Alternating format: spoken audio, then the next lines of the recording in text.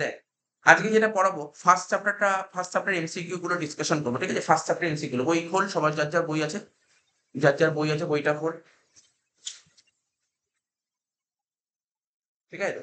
দেখ এমসিকিউ গুলো দেখতে পাচ্ছিস, দেখ পিডিএফ দিয়ে দিয়েছি, অ্যান্সার গুলো লিখে রাখ, খাতা খোল, প্রত্যেকের খাতা খোল, হ্যাঁ, প্রত্যেকের খাতা খোল। আমার মতো বলে খাতায় লিখে রাখা ভালো, বই থাকলে বইয়ের মধ্যে রাইট মারিস না, কেন বলতো? বাড়িতে যদি একবার মনে হয় যে আরেকবার রিভাইজ করবো, তাতে রিভাইজ করতে পারি, ঠিক আছে? খাতা খোল, খাতায় লিখলে বেটার হবে, দেখবো, হ্যাঁ, কোনো জায়গায় বুঝতে অসুবিধা বুঝবো।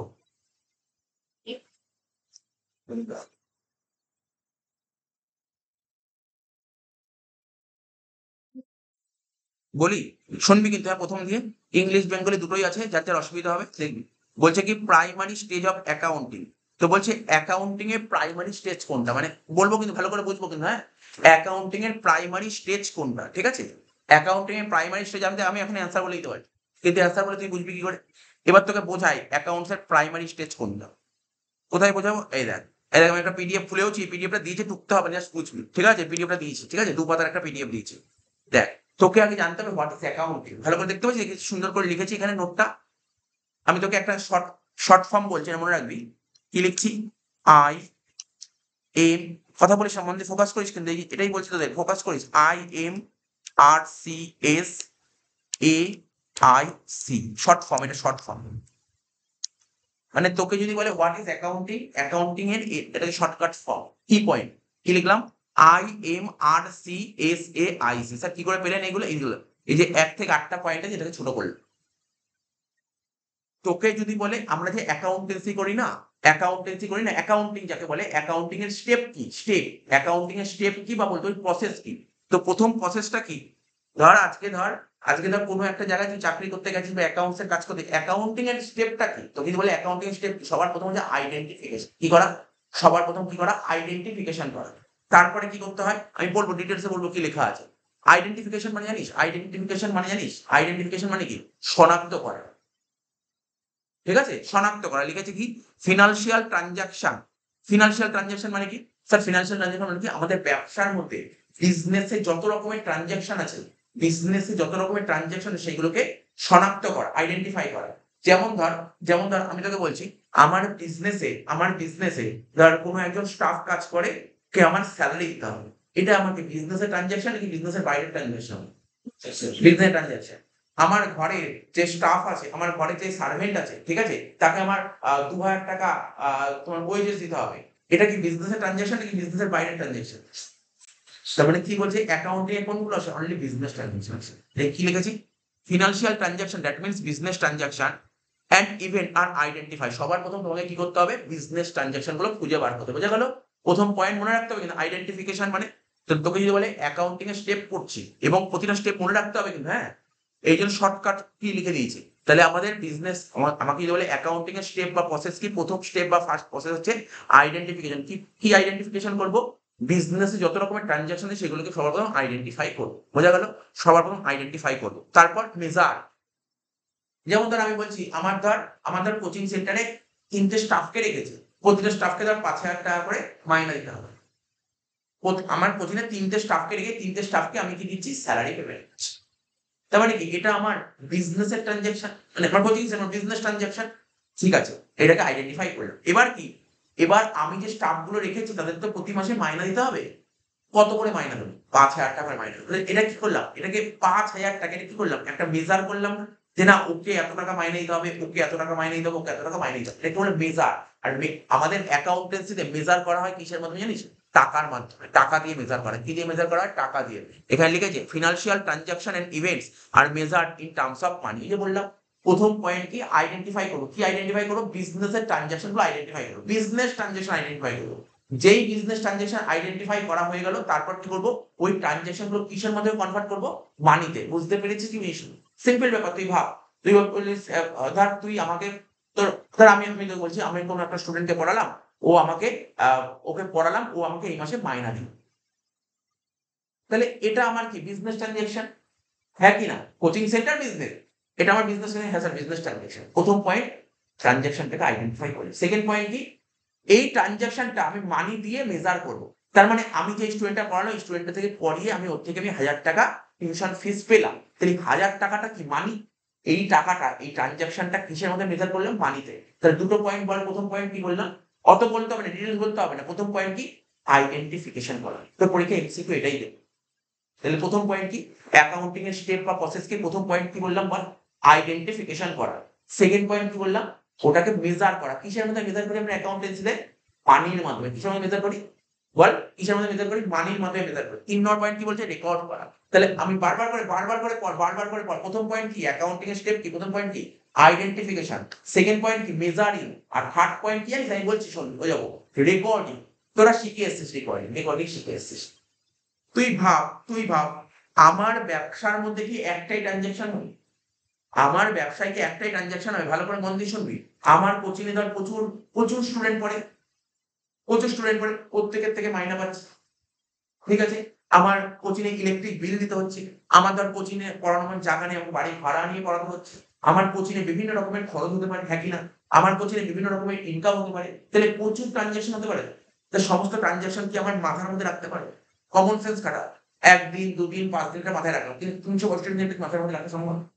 বলতে পারি কার থেকে মাইনা পেয়েছি, ঠিক আছে, কার থেকে মাইনা পাইনি, কোচিং এ বই পাওয়া যায়, কাকে বই বিক্রি করেছি, কে বইয়ের টাকা দিয়ে, কে বইয়ের টাকা দিয়ে, আমি তো মাথায় রাখতে পারবো না। তার জন্য আমাকে কি করতে হবে? লিখে রাখতে হবে না? লিখতে হবে তো। এই লেখাটাকে কি বলে? রেকর্ড করা। রেকর্ড করা। তাহলে অ্যাকাউন্টেন্সি শিখেছিস? অ্যাকাউন্টেন্সি আমরা রেকর্ড করতাম কোথায় কি জানিস? মনে আছে? বলতে পারবি? অ্যাকাউন্টেন্সি পুরো অ্যাকাউন্টেন্সি রেকর্ড করে কোথায়? জার্নালে রেকর্ড করি। সমস্ত রেকর্ড করি জার্নালে। 4 নম্বর স্টেপ কি? প্রথম point sir identification. Second point বল, সেকেন্ড পয়েন্ট কি বললাম? মেজারিং। থার্ড পয়েন্ট কি বললাম? রেকর্ড করা। দেখ তাই লিখে রেকর্ডিং, বুঝতে পারলি? রেকর্ড করি কোথার মাধ্যমে, কিসের মাধ্যমে রেকর্ড করি? জার্নাল। মনে থাকবে তো?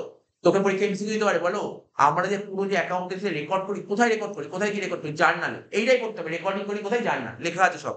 তারপর কি করতে হয় জানিস তো? তাহলে তুই ভাব, আজকে ধর শুনছিস তো প্রত্যেকে, ধর আমার কোচিং এর প্রচুর ট্রানজাকশন আছে, তাই সমস্ত রেকর্ড করলাম জার্নালে। জার্নালে তো জার্নালে কি আছে? জার্নালে তো সবার নাম আছে। এইবার ওখান থেকে বা ধর আমি ধর বলছি একটা কোচিং সেন্টার বা একটা স্কুলে, কোয়েড স্কুল, ধর একটা স্কুল কোয়েড স্কুল, তো সেখানে ধর সাপোজ ধর 100টা ছেলে পড়ছে আর ধর 70টা মেয়ে পড়ছে। ছেলে মেয়ে সব একসাথে আছে। এবার আমি চাইছি কি সবাইকে আলাদা করতে। আলাদা মানে বুঝিস তো? আলাদাকে ইংরেজি বলে সেগ্রিগেট। সেগ্রিগেট কারণ বিভাজন করা, আলাদা করতে চাইছি। ছেলেগুলোকে একটা গ্রুপে করতে চাইছি, বুঝতে পারছিস তো? আর মেয়েগুলোকে একটা গ্রুপে করতে চাইছি। ঠিক আছে? এটাকে বলা হয় ক্লাসিফাই করা। তেমনি আমি যে জার্নাল বললাম, জার্নালটা প্রচুর ট্রানজাকশন। তুমি জার্নাল করে এসেছিস? জার্নাল করেছি। জার্নালে যখন করতে কি থাকতো? স্যার কখনো পারচেজ 3-4 বার পারচেজ লেখা থাকতো, 3-4 বার সেল লেখা থাকতো, ক্যাশ তো 10-12টা আইটেম থাকতো। তো এরকম অনেক আইটেম থাকতো না? তা আমি কি করব? ওই একই আইটেম গুলো, যেমন পারচেজ গুলোকে আলাদা করব, সেল গুলোকে, শুনছিস তো, আলাদা করব, ক্যাশ গুলোকে আলাদা করব, স্যালারিকে আলাদা করব, ওয়েজেস কে আলাদা করব, সবগুলোকে আলাদা করব। এই আলাদা করাকে কি বলা হয়? ক্লাসিফাই। আলাদা করাকে কি বলা হয়? ক্লাসিফাই। এবার প্রশ্ন হলো, তোকে পরীক্ষায় শর্ট কোশ্চেন এবারে বলো, আমরা পুরো অ্যাকাউন্টেন্সি ক্লাসিফাই করি কোথায়? নিয়ে গিয়ে ক্লাসিফাই করি লেজার। মনে রাখ, বললাম লেজার। তাহলে রেকর্ড করি কোথায়? নিয়ে গিয়ে জার্নাল। আর তারপর ক্লাসিফাই করি কোথায় গিয়ে? লেজারে গিয়ে ক্লাসিফাই করি কোথায়? লেজারে গিয়ে। বোঝা গেল কি বললাম? বা ধর আমি আমার একটা নরমাল উদাহরণ, তার বাড়িতে তার বাবাকে, তার মা বললো বাজার শেষ হয়ে গেছে, মাসের সদাই নিয়ে আসতে হবে। তো বাবা তার মাসের সদাই নিয়ে এসছে, বুঝতে পারলি? মুদি বাজার সব নিয়ে এসছে। ওর সঙ্গে সবজি বাজারও নিয়ে এসছে। ওর মধ্যে আলু, পটল, পেঁয়াজ সব আছে, টমেটো আছে, ঢেঁড়স আছে। ঠিক আছে? পটল তো বললাম তো, ঝিঙে আছে। এবার ওখানে ডাল আছে, মুসুরির ডাল, মুগ ডাল, মটর ডাল আছে। ঠিক আছে তো? তারপর সর্ষে আছে, বুঝলি? চাল আছে, ডিম আছে, সব আছে। এইবার সব যখন নিয়ে আসলো বাজার থেকে, তাহলে মা কি করলো? পুরো ব্যাগটা ধরে উলট করে দিল, বুঝতে পারলি তো? তো উলট করে দিয়ে কি হচ্ছে? একই জাতি, যেমন যেখানে তোর একটা সবজির ইয়ে আছে, যেখানে পটল থাকে ওই ডেস্কের মধ্যে তুই পটল রাখ। যার মধ্যে টমেটো থাকে তার মধ্যে কিন্তু সব আলাদা আলাদা করলি নাকি? তুই পটল, টমেটো, আলু, পেঁয়াজ সব এক জায়গার মধ্যে রাখে। কেউ কি এক জায়গায় রাখে? সব আলাদা আলাদা জায়গায় রাখে। এবার তার মটর ডাল নিয়ে এসে, মুসুরির ডাল নিয়ে এসে, মুগ ডাল নিয়ে এসে, সব ডাল কি একটা কোটোর মধ্যে রাখে? মটর ডালে, মুগ ডালে। তোর কথাটা বুঝতে পারছিস তো? এগুলো কি করা? এগুলোকে কি বলে? তুই নিজের ঘর দিয়ে বোঝ। তুই তোর নিজের ঘর দিয়ে বোঝ। বাবা যখন বাজার নিয়ে আসলো, ধর 3-4 রকমের ডাল নিয়ে আসলো, তো 3-4 রকমের ডালকে একটা ডালের কোটোর মধ্যেই রাখিস? রাখি কখনো? কেউ রাখি? মটর ডালটা মটর ডালের কৌটো, মুগ ডালটা মুগ ডালের কৌটো, মুসুরির ডালটা মুসুরির ডালের কৌটো। তো এইগুলোকে কি বলা হয়? ক্লাসিফাই। এইগুলোকে বলা হয় ক্লাসিফাই করা। বোঝা গেল? What is classify? তাহলে আমাদের অ্যাকাউন্টেন্সি ক্লাসিফাই করে কোথায় নিয়ে গিয়ে লেজার বলবে, পরীক্ষা শর্ট কোশ্চেন দেবেই কিন্তু এটা।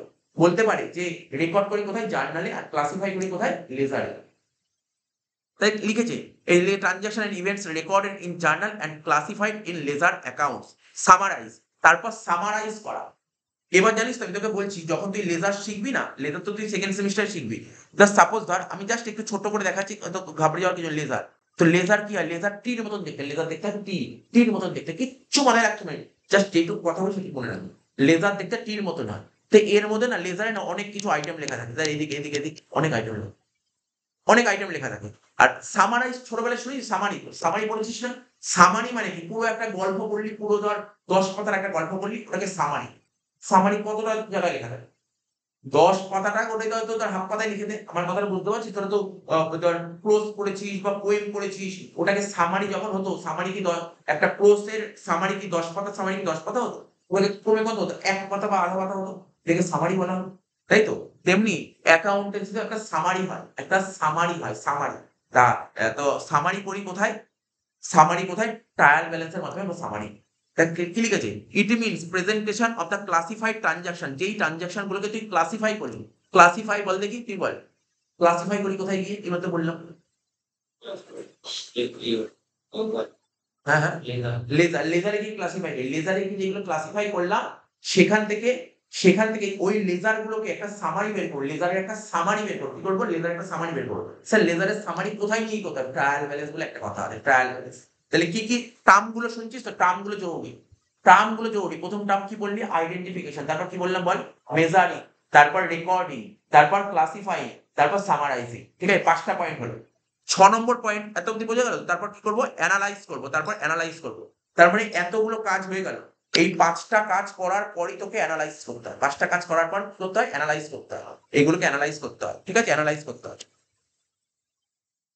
ঠিক আছে, তারপর যেই অ্যানালাইজ করবো, স্যার অ্যানালাইজ কোথায় কি করতে হয়? আমরা ক্লাস 11 এর সেকেন্ড সেমিস্টার শিখবো অ্যানালাইসিস শিখবো। অ্যানালাইসিস জানিস তো?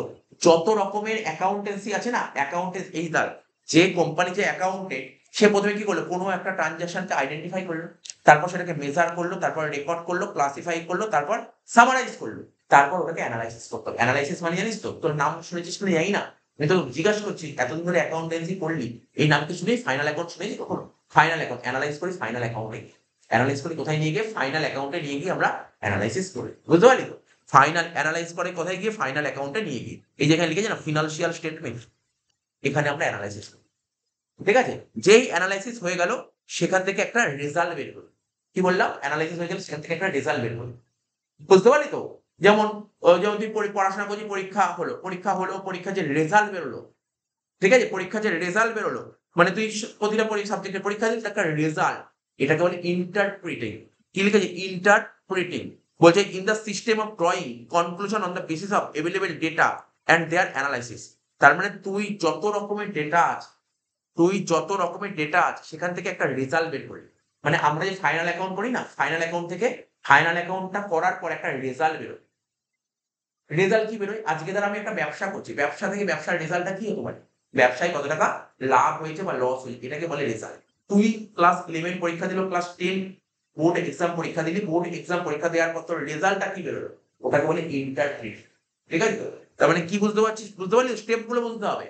Identification, measuring, recording, ক্লাসিফাইং, summarising, analysing, তারপর ইন্টারপ্রেটিং মানে একটা রেজাল্টটা তুলে ধরবি, রেজাল্ট। ঠিক আছে, আর লাস্ট কি হচ্ছে? কমিউনিকেটিং। আচ্ছা তুই তো রেজাল্টটা কাকে জানাবি? রেজাল্ট যে বেরোলো, রেজাল্টটা তুই কাকে জানাবি? কমিউনিকেট মানে কমিউনিকেট করা, জানানো। কাকে জানাই আমরা রেজাল্টটা?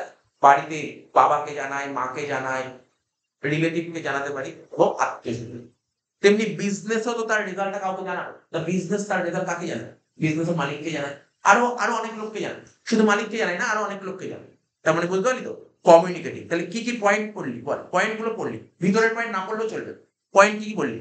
অ্যাকাউন্টিং এর স্টেপ কি? আইডেন্টিফিকেশন করা। তারপর কি বলেছিল বল? মেজার। তারপর কি বলেছিল? রেকর্ড। তারপর ক্লাসিফাইং, সামারাইজিং, তারপর অ্যানালাইসিস, তারপর ইন্টারপ্রিটিং, আর কমিউনিকেটিং। তাহলে 8টা পয়েন্ট। ঠিক আছে, তো এখানে কি বলেছি জানিস তো? তোকে কোশ্চেনে কি বলেছি জানিস তো? এখানে কি বলেছি জানিস তো? দেখ ভালো করে শুনবি, শুনে গেল। এখানে প্রথম এমসিকিউ বলে primary stage of accounting. Accounting এর প্রাইমারি স্টেজ কোনটা?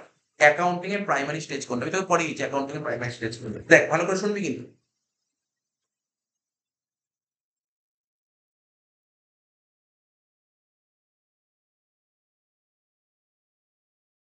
এই দেখ একটু নিচে চলে আসি, একদম নিচের দিকে, একটু নিচের দিকে চলে আয়। দেখ একটা ডিফারেন্স লেখা আছে। কি ডিফারেন্স জানিস তো? বুক কিপিং এর সঙ্গে অ্যাকাউন্টিং এর ডিফারেন্স লেখা আছে। কি কি লেখা আছে বল? বুক কিপিং এর সঙ্গে কার ডিফারেন্স লেখা আছে? অ্যাকাউন্টিং এর ডিফারেন্স আছে। তোকে আমি এতক্ষণ কি পড়ালাম জানিস? বলতে পারি কি পড়ালাম? অ্যাকচুয়ালি অ্যাকাউন্টিং এ কি পড়ালাম? স্টেপ পড়ালাম। অ্যাকাউন্টিং এ কি পড়ালাম? প্রসেস বা স্টেপ। তো এখানে ভালো করে পড়বি। প্রথম পয়েন্ট ডিফারেন্সের প্রথম পয়েন্ট কি লেখা আছে? স্কোপ লেখা আছে। লেখা আছে স্কোপ। স্কোপে কি লেখা আছে? বুক কিপিং ইনভলভ, মানে বুক কিপিং এর মধ্যে কি কি জিনিস ইনভলভ থাকে? কি থাকে? আইডেন্টিফিকেশন, সবার প্রথমে বললাম। সবার প্রথমে বললাম আইডেন্টিফিকেশন। তারপরে কি বলেছিলাম বল? মেজারিং আছে এখানে? স্যার লেখা আছে মেজারমেন্ট। তারপর কি বলেছিলাম বল? রেকর্ডিং আছে? হ্যাঁ স্যার লেখা আছে। তারপর কি লেখা আছে? ক্লাসিফাই। তাহলে বুঝতে পারলি বুক কিপিং কোনটা? বুক কিপিং কি কি লেখা আছে বল এখানে? আইডেন্টিফিকেশনের আই, মেজারিং এর এম, আর হচ্ছে রেকর্ডিং এর আর, আর C. I M R C হচ্ছে বুক কিপিং। তার মানে কোনটা? দেখ চলে আয়। তোকে যদি বলে হোয়াট ইজ বুক কিপিং, এই দেখ 1 2 3 4, বুঝতে পারলি? বল। তাহলে এই চারটেকে বলা হয় বুক। বোঝা গেল? বল। বুঝতে পারলি? চারটেকে বলা হয় বুক কিপিং। তারপরে কি আছে স্যার? 5 6 7 8 এটাকে বলা হয় অ্যাকাউন্টিং। মনে থাকবে?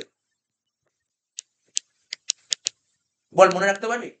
মনে রাখতে হবে কিন্তু এখানে অনেক এমসিকিউ আসবে এখন। তুই দেখ না আমি এখন এই থিওরিটা পড়ানোর সঙ্গে 10 12 মিনিট হয়ে যাবে। তাহলে কি বললাম? প্রথম 4টে পয়েন্ট কি বলা হয়? এটাকে বুক কিপিং আর এটাকে বলা হয় অ্যাকাউন্টিং। আচ্ছা তোকে যদি আমি কোশ্চেন করি বল দেখি, এই টোটাল 8টা পয়েন্টের মধ্যে কোন কাজটা আগে করতে হবে? কোন কাজটা আগে করতে হবে বল? বল দেখি 1 2 3 4 আগে করব নাকি 5 6 7 আগে করব? আচ্ছা 5 6 7 আগে করব। মাথা খারাপ হয়ে গেছে। এই মাথা নিয়ে কমার্স করছিস? ঠিক আছে? 1 2 3 4 5 6 7 আর আমি যদি নরমাল যে কমার্সের স্টুডেন্ট না 7 8 এর বাচ্চাকে যদি আমি জিজ্ঞাসা করি, বলো দেখি যে 1 2 3 4 5 6 7 8 এর মধ্যে কোন কাজটা আগে করতে হবে? ওকে ভেঙে দিলাম। বললো অবশ্যই 1 2 3 4 আগে করব। 1 2 3 4 আগে না করে আপনি কি করে 5 6 7 8 করবেন? তাহলে 1 2 3 4 ই আগে করব। তাহলে তোকে যদি বলা হয় এর মধ্যে এই বুক কিপিং আর অ্যাকাউন্টিং এর মধ্যে প্রথম কাজ কোনটা করে? প্রথম কাজ কার হয়? বুক কিপিং এর কাজ হয় নাকি অ্যাকাউন্টিং এর কাজ করবে? বুক কিপিং। তাহলে অ্যান্সার পেলি বল। তাহলে বুঝতে পারলি এতক্ষণ ধরে কেন পড়ালাম এটা? Primary stage of accounting. তোকে যদি বলে অ্যাকাউন্টিং এর প্রাইমারি স্টেজ কি? কোনো কোশ্চেনই নেই। কেউ এসে তোকে ঘাবড়াতেও পারবে না। কিপিং হবে। ঠিক আছে? বুক কিপিং কাজ না করে তুই কোনো অ্যাকাউন্টিং করতে পারবি। মনে থাকবে তো বল? সেকেন্ড কোশ্চেন কি বলেছে? বলছে where the work of book keeping ends the work. বলছে ভালো করে শুনবি, আমি কোশ্চেনটা পড়ে দিচ্ছি। বলছে বুক কিপিং যেখানে শেষ হয়, মন দিয়ে শুনবি কোশ্চেনটা, ফোকাস কর, তুই অ্যান্সার অপশনই করতে হবে না। বলেছে বুক কিপিং যেখানে শেষ হয় সেখান থেকে কে শুরু করে? অ্যাকাউন্টিং। এটা আমরা অডিটিং এ পড়েছিলাম। এখানে অডিটিং এ পড়েছিলাম এই কোশ্চেনটা। অডিটিং এ এই কোশ্চেনটা ছিল। বুক কিপিং যেখানে শেষ হয় সেখান থেকে অ্যাকাউন্টিং শুরু হয়। দেখ এখানে দেখ ভালো করে দেখ। এই দেখ কি ছিল? বুক কিপিং 4 এ গিয়ে শেষ হলো। 5 থেকে কে শুরু হলো? অ্যাকাউন্টিং। তাহলে বুঝতে পারলি? হ্যাঁ স্যার বুঝতে পারলাম তো। বুক কিপিং যেখানে বুক কিপিং এর কাজ যেখানে শেষ হয় সেখান থেকে শুরু হয় কার? অ্যাকাউন্টিং স্টার্ট হয়। অ্যাকাউন্টিং বি হবে আনসার। তাহলে বুঝতে পারছিস তো? এই কোশ্চেন গুলো তোরা এক্সপেক্ট কর পরীক্ষায় এরকম কোশ্চেন আসবে কিন্তু। নেক্সট 3 নম্বর। 3 নম্বর কি বলেছে দেখ, বুক keeping is a part of. Book keeping car part? এখন বলি স্যার না জানলে আমাকে বলবি আমি জানাবো। ও বললো অ্যাকাউন্টিং এর পার্ট। দেখি ও ঠিক বললো না ভুল বললো, এটা প্রমাণ করবো। এটা প্রমাণ করো ঠিক বলেছে না ভুল বলেছে। প্রথমে লেখা ছিল প্রসেস অফ অ্যাকাউন্ট। অ্যাকাউন্টিং এর প্রসেস শিখছি। তো অ্যাকাউন্টিং এর প্রসেসের মধ্যেই তো বড় বুক কিপিং। তাহলে বলতে পারি বুক keeping is a part of accounting. তাহলে বলতে পারলি ঠিকই বলেছে। বুক keeping is a part of account. এবার 4 বলছে তাহলে এবার পরের কোশ্চেনটা পড়, পরের কোশ্চেনটা পড় এবং চেষ্টা কর বলার। ভুল হলে আমি বোঝাবো। Accounting is a part of. Accounting car part? Accounting কি অ্যাকাউন্টেন্সির পার্ট? অ্যাকাউন্টিং কি বুক কিপিং এর পার্ট? অ্যাকাউন্টিং আরে অ্যাকাউন্টিং তো অডিটিং এর পার্ট হতেই পারে।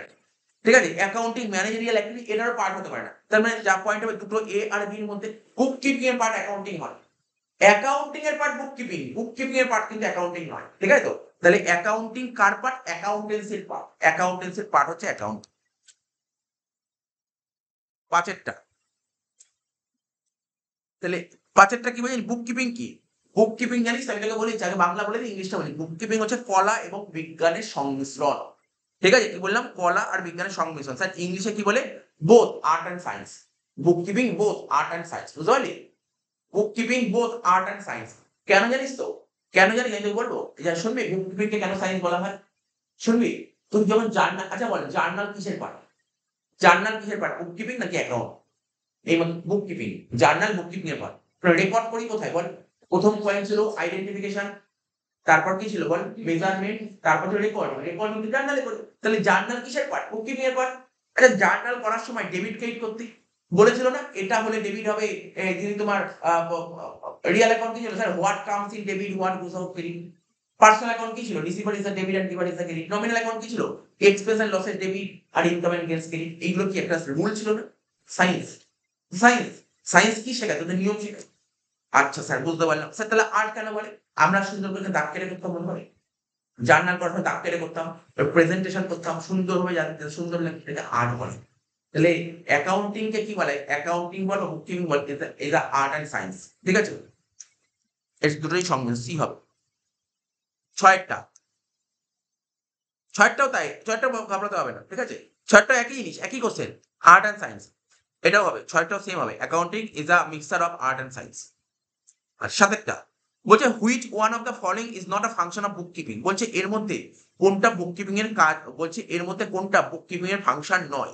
শুনবি কিন্তু, মন দিয়ে শুনবি, জিজ্ঞাসা করছি, দেখ ডাউট থাকলে জিজ্ঞাসা করবি কিন্তু। এমন না তোকে প্রচুর সময় পড়তে হবে জাস্ট আমি যে এতক্ষণ তোকে পড়ালাম না, এর মধ্যেই কোশ্চেন অ্যান্সার আছে। তোকে বুক কিপিং এর কটা পয়েন্ট পড়াবো? চারটে পয়েন্ট আগে বল বল। চারটে পয়েন্ট কি কি বললাম প্রথমেই স্যার? আইডেন্টিফাই করা, তারপর কি করা? মেজার করা, তারপর রেকর্ড করা আর ক্লাসিফাই করা। আর চারটের মধ্যে একটা পয়েন্ট বলেছি, বল এই চারটের মধ্যে কি কি পয়েন্ট? স্যার রেকর্ড, রেকর্ড কি বুক কিপিং ফাংশনের মধ্যে পড়ে? হ্যাঁ কি না বল? হ্যাঁ পড়ে। Posting in accounts, posting in accounts মানে কোনটা জানিস? পোস্টিং ইন অ্যাকাউন্টস এর আরেকটা নাম, তোদের যদি বুঝতে অসুবিধা হয় আমি তোকে বলছি, রেকর্ড অফ দ্য ট্রানজাকশন মানে এটাকে বলা হয় journal. Record of the transaction মানে এটাকে বলা হয় জার্নাল। হ্যাঁ এটা তুই তোর বইতে লিখে রাখতে পারিস, এইগুলো তোদের বইতে লিখতে পারিস, অসুবিধা। রেকর্ড অফ ট্রানজাকশন মানে জার্নাল, যার যার বই আছে। পোস্টিং ইন অ্যাকাউন্টস মানে এটাকে কি বলা হয়? লেজার, এটাকে বলা হয় ledger. Preparation of trial balance মানে এটাকে কি বলা হয়? সামারাইজিং। ঠিক আছে, আর প্রিপারেশন অফ ফাইনাল। তাহলে তুই বুঝতেই পারছিস।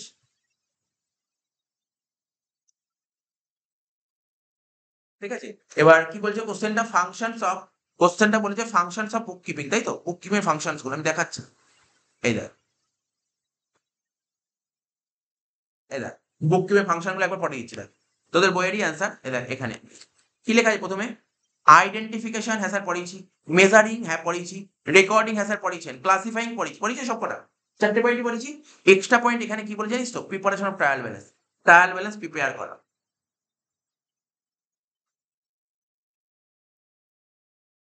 ঠিক আছে, ট্রায়াল ব্যালেন্স প্রিপেয়ার করা বলছে। তাহলে বুঝতে পারলি ব্যাপারটা? তাহলে এখানে বলতে চাইছে কি? বলছে এর মধ্যে কোনটা বুক কিপিং এর ফাংশন নয়। ও প্রথমে বলেছিল answer preparation of final account, final account prepare করা, ফাইনাল অ্যাকাউন্ট তৈরি করা বুক কিপিং এর কোনো ফাংশনের মধ্যে পড়ে। ঠিক আছে, এটা বলেছিল। সাতেরটা ডি হবে। আটেরটা, আটেরটা তো পারবি বলতে, বল দেখি।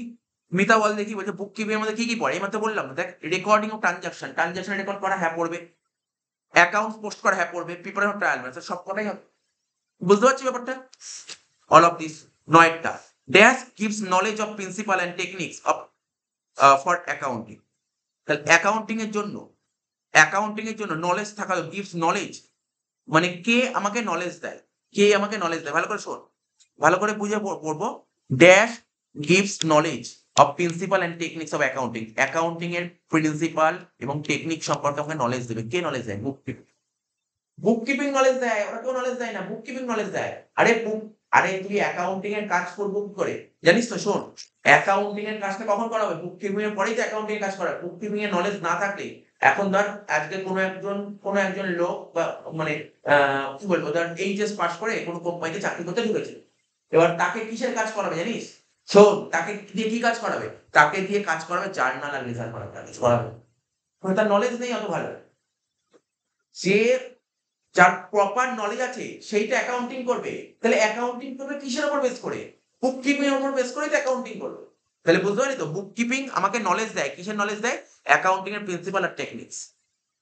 নয়টা এ হবে। দশেরটা, অ্যাকাউন্টিং এর মধ্যে কি কি ইনক্লুডস থাকে? দেখ অ্যাকাউন্টিং এর মধ্যে কি কি ইনক্লুডস থাকে দেখ, ডিটারমিনেশন অফ ফিনান্সিয়াল রেজাল্ট, ঠিক আছে, financial position, rectification of errors. দেখি দেখি আমাদের কি এরকম পয়েন্ট বুঝিয়েছি তোদের? দেখ শোন, এই দেখ শোন, অ্যাকাউন্টিং এর মধ্যে কি কি ইনভলভ থাকে।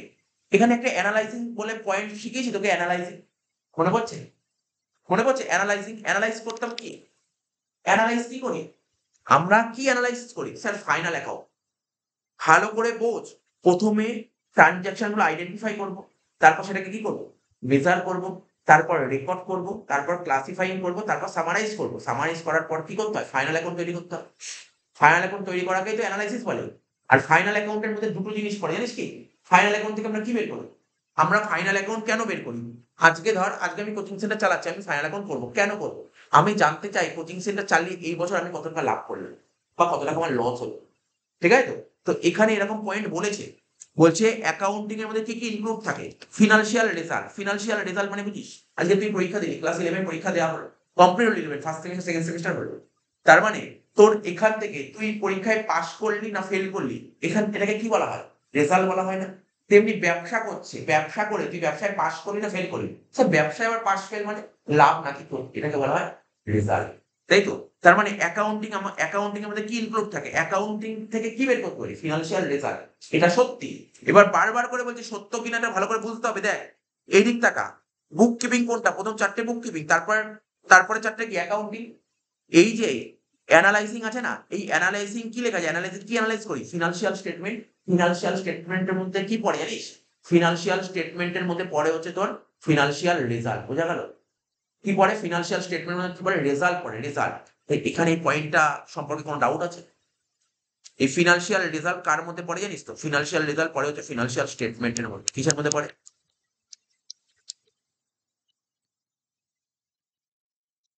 এবার প্রশ্ন করতে পারিস আমাকে, স্যার ফিনান্সিয়াল স্টেটমেন্টের মধ্যে কি শুধু ফিনান্সিয়াল রেজাল্টই পড়ে? আমি বলবো, না, ভুল। ফিনান্সিয়াল স্টেটমেন্টের মধ্যে শুধু রেজাল্টই আসে না, পজিশনও আসে। কি আসে? পজিশনও আসে। তাহলে আজকে ধর টাটা কোম্পানি।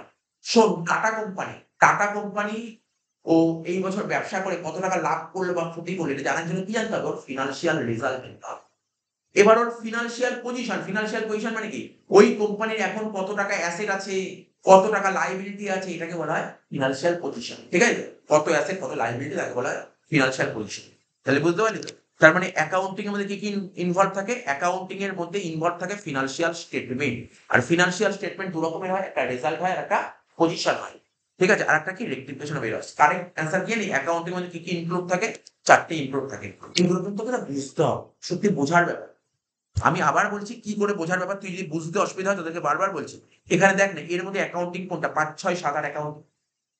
তার মধ্যে আমি কোন পয়েন্টটা নিয়ে আলোচনা করলাম বল এখন? 6 নম্বর পয়েন্টটা নিয়ে আলোচনা করলাম। 6 নম্বর পয়েন্ট তোকে কি বলেছে? It is concern with establishment of meaningful relationship among financial data contain in the financial state. তাহলে অ্যাকাউন্টিং এর একটা গুরুত্বপূর্ণ কাজ কি? ফিনান্সিয়াল স্টেটমেন্টটাকে অ্যানালাইসিস করা। এবার তোকেই বলে ফিনান্সিয়াল স্টেটমেন্টে কি কি পড়ে? তুই বলবি ফিনান্সিয়াল স্টেটমেন্টের মধ্যে দুটো জিনিস পড়ে, একটা পড়ে রেজাল্ট আর একটা পড়ে পজিশন। একটা পড়ে রেজাল্ট আর একটা পড়ে পজিশন। তাহলে এই অপশনটা তুই বুঝতে পারলি তো? তাহলে তো বোঝা গেল।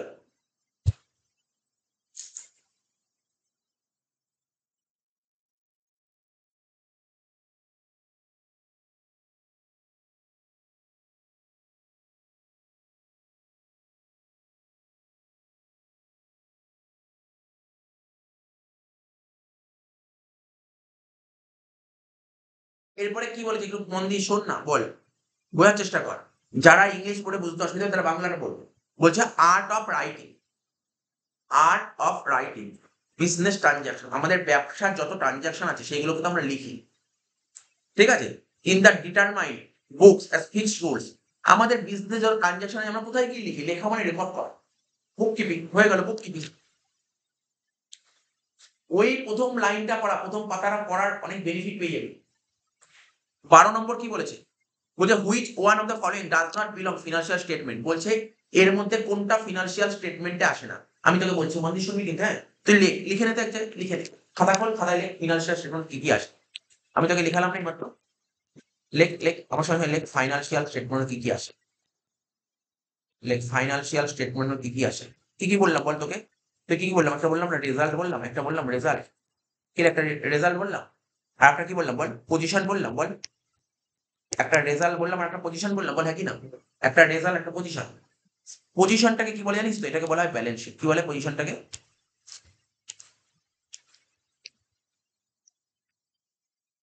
পজিশনটাকে বলা হয় ব্যালেন্স শিট। কি লিখলাম? পজিশনটাকে বলা হয় ব্যালেন্স শিট। লিখে নিন আমার সঙ্গে, তাহলে তোমার মনে থাকবে। পজিশনের মধ্যে কি থাকে? Balance sheet. স্যার রেজাল্টের মধ্যে কি থাকে? রেজাল্টের মধ্যে দুটো জিনিস থাকে। রেজাল্ট বলতে কি হয়? রেজাল্ট বলতে কি বোঝায়? প্রফিট। কি বোঝায় রেজাল্ট বলতে? প্রফিট।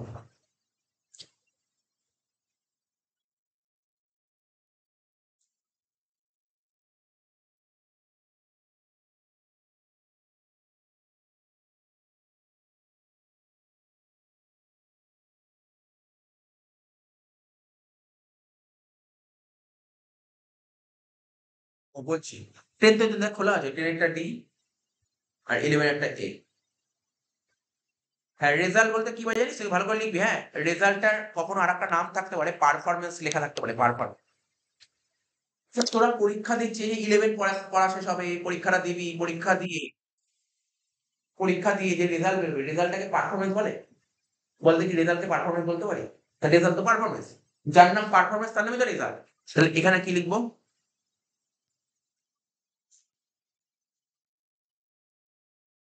পারফরম্যান্স। আচ্ছা, আমি ধর একটা মুদিখানার দোকান চালাচ্ছি, সারা বছর ধরে ব্যবসা করলাম। ব্যবসা করে আমার লাভও হতে পারে, আবার লসও হতে পারে, তাই তো? ব্যবসা করে লাভ হতে পারে, লসও হতে পারে। তা ব্যবসায় লাভ হোক বা লস হোক, এটা জানার জন্য আমাকে কি করতে হয়? ফিনান্সিয়াল স্টেটমেন্ট তৈরি করতে হয়। তা ফিনান্সিয়াল স্টেটমেন্টের একটা পার্ট হচ্ছে রেজাল্ট।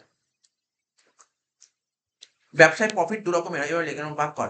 একটাকে বলা হয় গ্রস প্রফিট, এবার লেখ, একটাকে বলা হয় গ্রস প্রফিট, একটাকে বলা হয় কি জানিস? Net profit.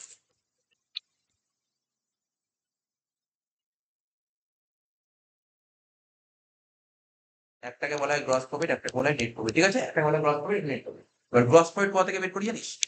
ট্রেডিং অ্যাকাউন্ট লিখবি। এগুলো সব ক্লাস 11 সেকেন্ড সেমিস্টারে পাবে। আর নেট প্রফিট কোথা থেকে বের করি? Profit and loss account.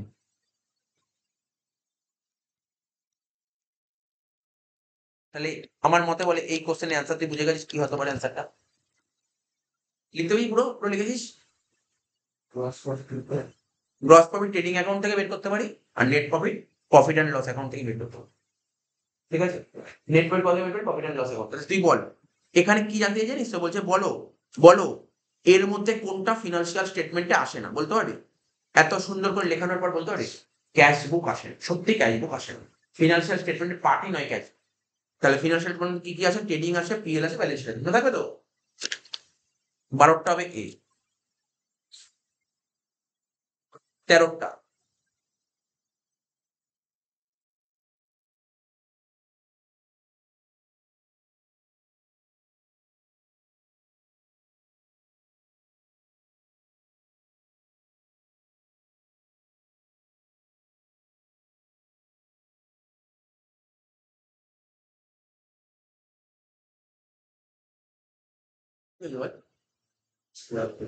এই বাকি আছে লেখা?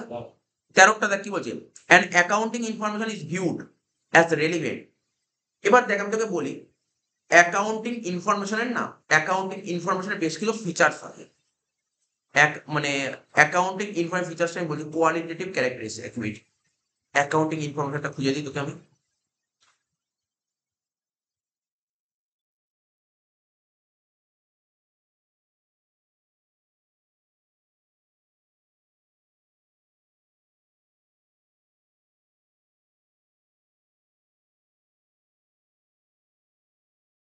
বাদ দে, দরকার নেই, আমি এখানে বলেছি।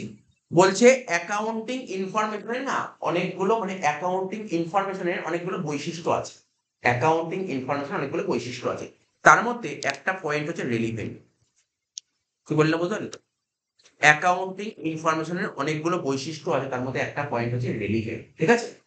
কি কি বৈশিষ্ট্য আছে আমরা আস্তে আস্তে পড়বো, বলবো অ্যাকাউন্টিং বৈশিষ্ট্য কি কি বৈশিষ্ট্য হয়, ঠিক আছে? অনেক বৈশিষ্ট্য আছে, তার মধ্যে একটা ইম্পর্টেন্ট একটা ফিচার্স হচ্ছে রেলিভেন্ট, হচ্ছে একটা ইম্পর্টেন্ট ফিচার্স। তো বলছে accounting information is viewed as relevant, ঠিক আছে? অ্যাকাউন্টিং ইনফরমেশনকে রেলিভেন্ট বলে মনে করা হয় যদি অ্যাকাউন্টিং ইনফরমেশন তখনই রেলিভেন্ট হবে যদি ওরা আন্ডারস্ট্যান্ডেবল হয়। আন্ডারস্ট্যান্ডেবল মানে বোঝা যায়। রেলিভেন্ট মানে জানিস? রেলিভেন্ট মানে জানিস? রেলিভেন্ট মানে জানিস? রেলিভেন্ট মানে জানিস? রেলিভেন্ট মানে বাংলাটা বলে দিতে পারো, বাংলা বলে হয়তো বুঝতে পারো। রেলিভেন্ট মানে প্রাসঙ্গিক। রেলিভেন্ট মানে প্রাসঙ্গিক, মানে ধর আমি তোকে সাপোজ তোকে একটা কথা বলি, পাঁচটা, হ্যাঁ বল। না না প্রাসঙ্গিক না। আচ্ছা দাঁড়া, জিনিসটাকে বোঝার চেষ্টা কর। দুদিন পর পরীক্ষা, তাই না? ৮০,০০০ করে কি হবে? রেলিভেন্ট জিনিসটা কি? ধর আজকে আমি তোকে কোনো একটা কথা বললাম, তুই ওটার যখন রেসপন্স করলি উল্টো অ্যান্সার করলি, মানে ওই লজিকেই আসলো না, ওই টপিকেই আসলো না। বুঝতে পারলি? ওই টপিকেই আসলো না। এটাকে বলে রেলিভেন্ট মানে কি? কতটা যুক্তি আছে, মানে কথার মধ্যে যুক্তি আছে। রেলিভেন্ট প্রাসঙ্গিক, কতটা প্রাসঙ্গিক হচ্ছে। তো বলছে অ্যাকাউন্টিং ইনফরমেশন, ঠিক আছে? অ্যাকাউন্টিং ইনফরমেশনকে তখনই রেলিভেন্ট বলা হবে যদি ওটা আন্ডারস্ট্যান্ডেবল হয়। আন্ডারস্ট্যান্ড মানে বোঝা যায়। ধর আজকে আমি তোকে একটা কথা বললাম, তুইও একটা কথা বললি। আমি যে কথাটা বলবো তুই কথা বুঝতে পারলি, আবার তুই যে কথা বলবি আমি কথা বুঝতে পারলাম। এটাকে রেলিভেন্ট বলে। এটাকে রেলিভেন্ট বলে। ঠিক আছে তো? আজকে তুই আজকে ধর তুই বাড়িতে বাবাকে বললি, চলো আজকে বাবা মাকে বলি আজকে ধূমকেতু সিনেমাটা দেখতে নিয়ে চলুন। ঠিক আছে তো? তা এবার তখন বাবা বুঝতে পারলো ব্যাপারটা, কিন্তু বাবা বললো বা বাবা বা মা বললো যে তোর না পরীক্ষা, পড়াশোনা কর, পড়াশোনা কর। মানে ওর, মানে বুঝতে পারলি? বা তুই খেয়ে নে। তুই মানে ব্যাপারটাকে ইগনোর করলো। কি করলো? রেডিমেড না। ওর অ্যান্সার তো এটা রেডিমেড অ্যান্সার তো হলো না। হ্যাঁ বা না, না এখন সময় নেই, দেখতে যাবো না, বা এখন তোর পরীক্ষা সামনে, পড়াশোনা কর। রেলিভেন্ট অ্যান্সার আসেনি কিন্তু। ব্যাপারটা বুঝতে পারলি তো? রেলিভেন্ট জিনিসটা কি? মানে তোকে বলা হয়েছে একটা কথা, তুই কথাটা পুরো মানে অন্যভাবে চলে গেছে। তো বলছে যদি আন্ডারস্ট্যান্ডেবল হয়, কম্পেয়ার। রেলিভেন্ট কম্পেয়ার করাকেও রেলিভেন্ট বলে না। তার মেজার ইন টার্মস অফ মানি, এটাকেও রেলিভেন্ট বলে না। রেলিভেন্ট কোনটা? ফ্রি ফ্রম বায়াস, মানে পক্ষপাত মুক্ত। ঠিক আছে? তো এটা কারেক্ট অ্যান্সার হবে। অ্যাকাউন্টিং ইনফরমেশন কখন রেলিভেন্ট হবে? যদি ফ্রি ফ্রম বায়াস হয়। ফ্রি ফ্রম বায়াস হয়। বায়াস মানে জানিস তো? পার্সিয়ালিটি। মানে পার্সিয়ালিটি। ফ্রি ফ্রম বায়াস তখন রেলিভেন্ট হবে যদি কোনো পার্সিয়ালিটি না থাকে।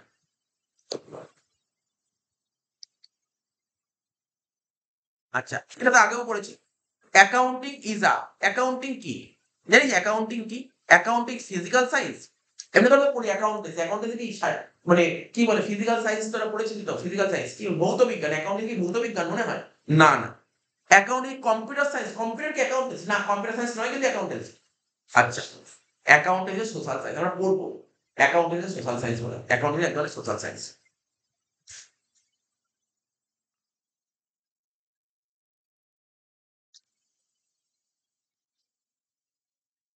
13টা বললাম ফ্রি ফ্রম বায়াস।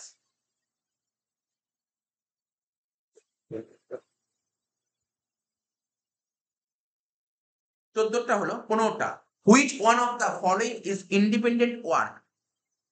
বুঝিস তো? বলছে কে স্বাধীনভাবে কাজ করতে পারে? Which one of the following independent work. বলছে এর মধ্যে কোনটা স্বাধীন কাজ? কোনটা স্বাধীন কাজ বল দেখি। আইডিয়া করতে পারি কোন কাজটা ইন্ডিপেন্ডেন্ট হয়?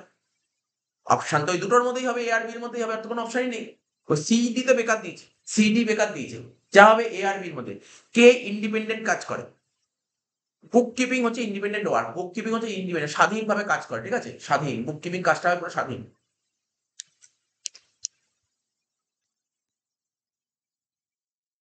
16টা বলছে primary function of accounting. Accounting এর প্রাইমারি ফাংশন কোনটা? মানে আমরা যে অ্যাকাউন্টেন্সি করি না, আমরা তো অ্যাকাউন্টেন্সি করি, অ্যাকাউন্টিং এর কাজ করি। অ্যাকাউন্টিং করার প্রাইমারি মানে মেন কাজ কোনটা? অ্যাকাউন্ট কেন করে? মেন কি কারণে অ্যাকাউন্টস করি? আজকে ধর তোদের অনেকেরই কারোর বাড়িতে বাবা ব্যবসা করে। তাহলে ব্যবসা করার মেন কেন? মানে ব্যবসা তো সবাই করে কিন্তু হিসাব সবাই রাখে না। কিন্তু হিসাব রাখলে এখানে মানে কেন? মেন হিসাব রাখার কাজটা কি? মেন ফাংশনটা কি? এখানে কি মনে হয়? মানে আজকে ধর যেকোনো মানুষ যারা ব্যবসা করছে, সে যদি হিসাব রাখে না, তাহলে তার ব্যবসা যেন ভালো হয় না খারাপ হয়? কি মনে হয়? বল দেখি কেউ যদি, হ্যাঁ, ভালো হয় তো। যে আজকে কেউ যদি ব্যবসা করে, সে যদি হিসাব রাখে তার জন্য যথেষ্ট ভালো হয়। কেননা ও সমস্ত জিনিস বুঝতে পারবে, রিয়ালাইজ করতে পারবে কি হচ্ছে, ব্যবসাটা কোন পথে এগোচ্ছে, ভালো পথে এগোচ্ছে নাকি খারাপ পথে এগোচ্ছে, ব্যবসায় কেমন কি খরচা হচ্ছে, কত কি আসছে, সব জানতে পারবে। ইভেন ব্যবসার লাভ ক্ষতি জানতে পারবে ভালো করে। তাহলে তোকে কি মনে হয় অ্যাকাউন্টিং এর প্রাইমারি ফাংশন কি? মানে আমাকে যদি কেউ জিজ্ঞাসা করে অ্যাকাউন্টিং এর প্রাইমারি মেন ফাংশন কি, মেন বলতে যে প্রাইমারি ফাংশন কি, ভাই ব্যবসার কত টাকা লাভ হয়েছে বা লস হয়েছে জানতে গেলে আমাকে অ্যাকাউন্টিং করতে হবে। আজকে ধর আমি কোনো একটা দোকানে গেলাম, আজকে দোকানে গেলাম, তো ভালো করে শুনছিস তো? আজকে দোকানে গেলাম, একটা চায়ের দোকানে গেলাম, আচ্ছা বলছি তোমার চায়ের দোকান থেকে আমি জিজ্ঞাসা করলাম, তোমার এই চায়ের দোকান থেকে বছরে কত টাকা লাভ হয়? বলছি তাই তো কোনো হিসাব করে দেখি, আমি খরচা করি, উনি মোটামুটি আসে, ও জানে না। তাহলে ওকে কি করতে হবে? তাহলে ও চায়ের দোকান থেকে বছরের শেষে কত টাকা লাভ হয় ওটা জানতে গেলে কি করতে হবে? হিসাব করতে হবে। হিসাব একটা করাকেই তো অ্যাকাউন্টিং বলে। তার মানে এখানে কি বলেছে? তোকে কি বলে অ্যাকাউন্টিং এর প্রাইমারি ফাংশন কোনটা? কি মনে হচ্ছে পড়ে বল না, এই চারটের মধ্যে কোন পয়েন্টটা হতে পারে? বল চারটের মধ্যে কোন পয়েন্টটা হতে পারে? অ্যাকাউন্টিং এর ডি, একদম ঠিক ডি, কারণ ফিনান্সিয়াল রেজাল্ট মানে প্রফিট। অ্যাকাউন্টিং এর প্রাইমারি ফাংশন কোনটা? ফিনান্সিয়াল রেজাল্টটা ডিটারমাইন করা। কি রে তুই কি জানো কোয়েলটা বুঝতে পারছিস নাকি বললাম? অ্যাকাউন্টিং এর প্রাইমারি মানে কি? প্রাথমিক। মানে আজকে যে কোনো তোর বাড়িতে ব্যবসা আছে, তো ব্যবসা থেকে যে লাভটা হচ্ছে বা লস যদি জানতে চাই, তাহলে কিসের মাধ্যমে জানতে পারবো? অ্যাকাউন্ট। তাহলে তোকে বলে অ্যাকাউন্টিং এর প্রথম কাজটা কি? অ্যাকাউন্টিং এর প্রথম কাজটা কি? ব্যবসার লাভ বা ক্ষতি নির্ণয় করা।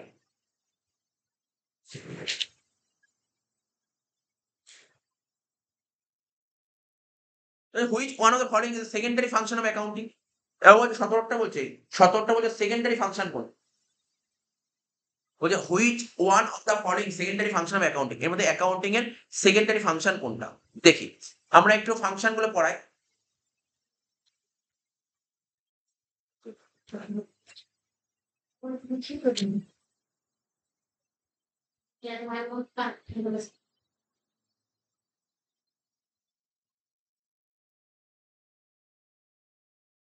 বলছে কি which one of the following is the secondary function of accounting, accounting এর সেকেন্ডারি ফাংশন কোনটা? 17 নম্বর কোশ্চেনটা বলেছে।